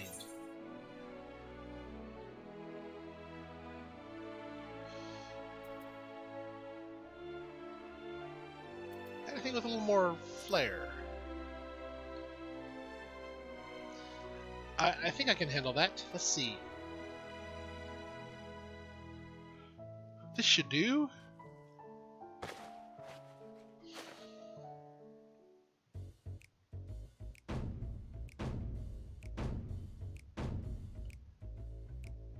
This is a little more flair, but still, the face piece I don't like. This is my best work yet. Times and tastes truly have changed. It used to be so rare for anyone to request clothing with a focus on form over function.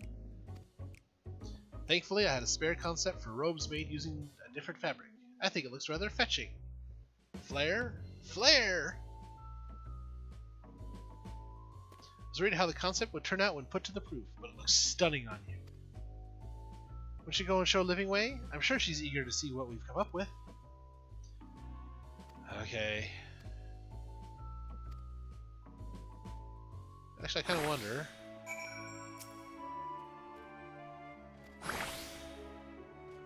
Okay, no, it just puts the same.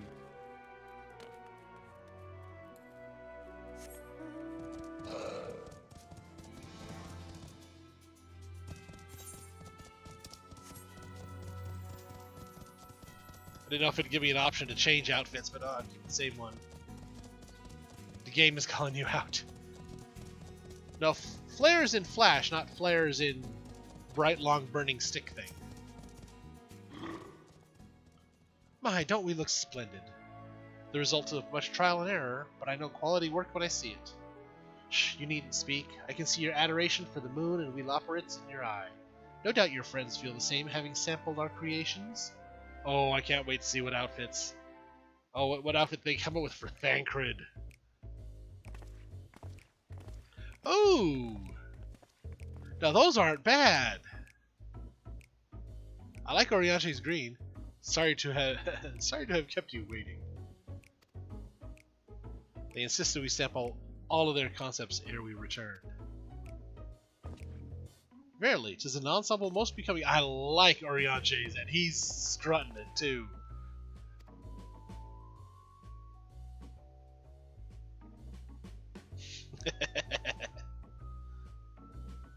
Thancred isn't bad, but he doesn't look like he's enjoying it. And Y'shtola would rather be in just about anything else. I think it's past time we returned these clothes.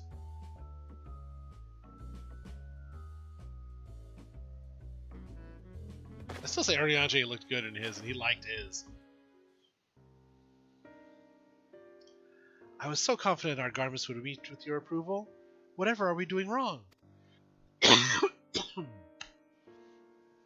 The Watcher taught us that, in his time, everyone wore the same robes. To do otherwise was against social etiquette. We thought we could appeal to modern tastes by tailoring the robes to specific professions, but... Please, you mustn't be so hard on yourself. Should we resort to evacuating the people of Atheris, they will most certainly have need of your attire. 'Tis clear you spared no effort in addressing our needs, but you must understand that we are not quite so homogeneous. Speaking for myself, what I wear now better suits my tastes, even if it is of inferior make. But there are others whose choices may be influenced by traditions or personal experience. Rather than make assumptions for the whole, you must consider the individual and their potential preferences. Yes!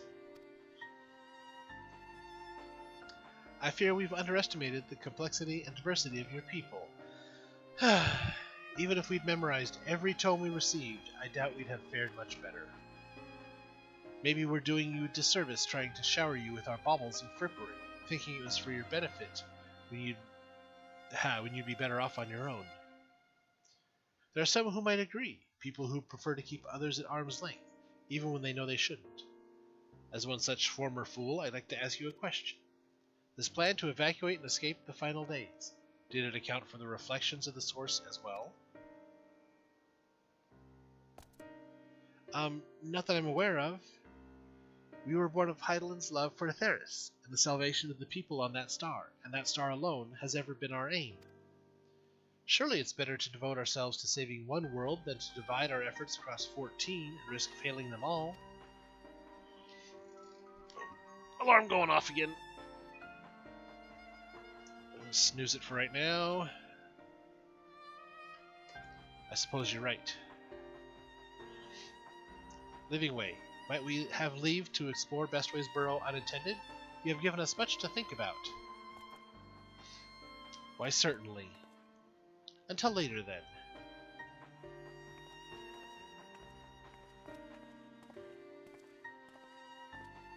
If I may, I should like to accompany thee a while longer. Really? I mean, you're more than welcome to. There was actually something I wished to speak with you about. Let's be off then, shall we?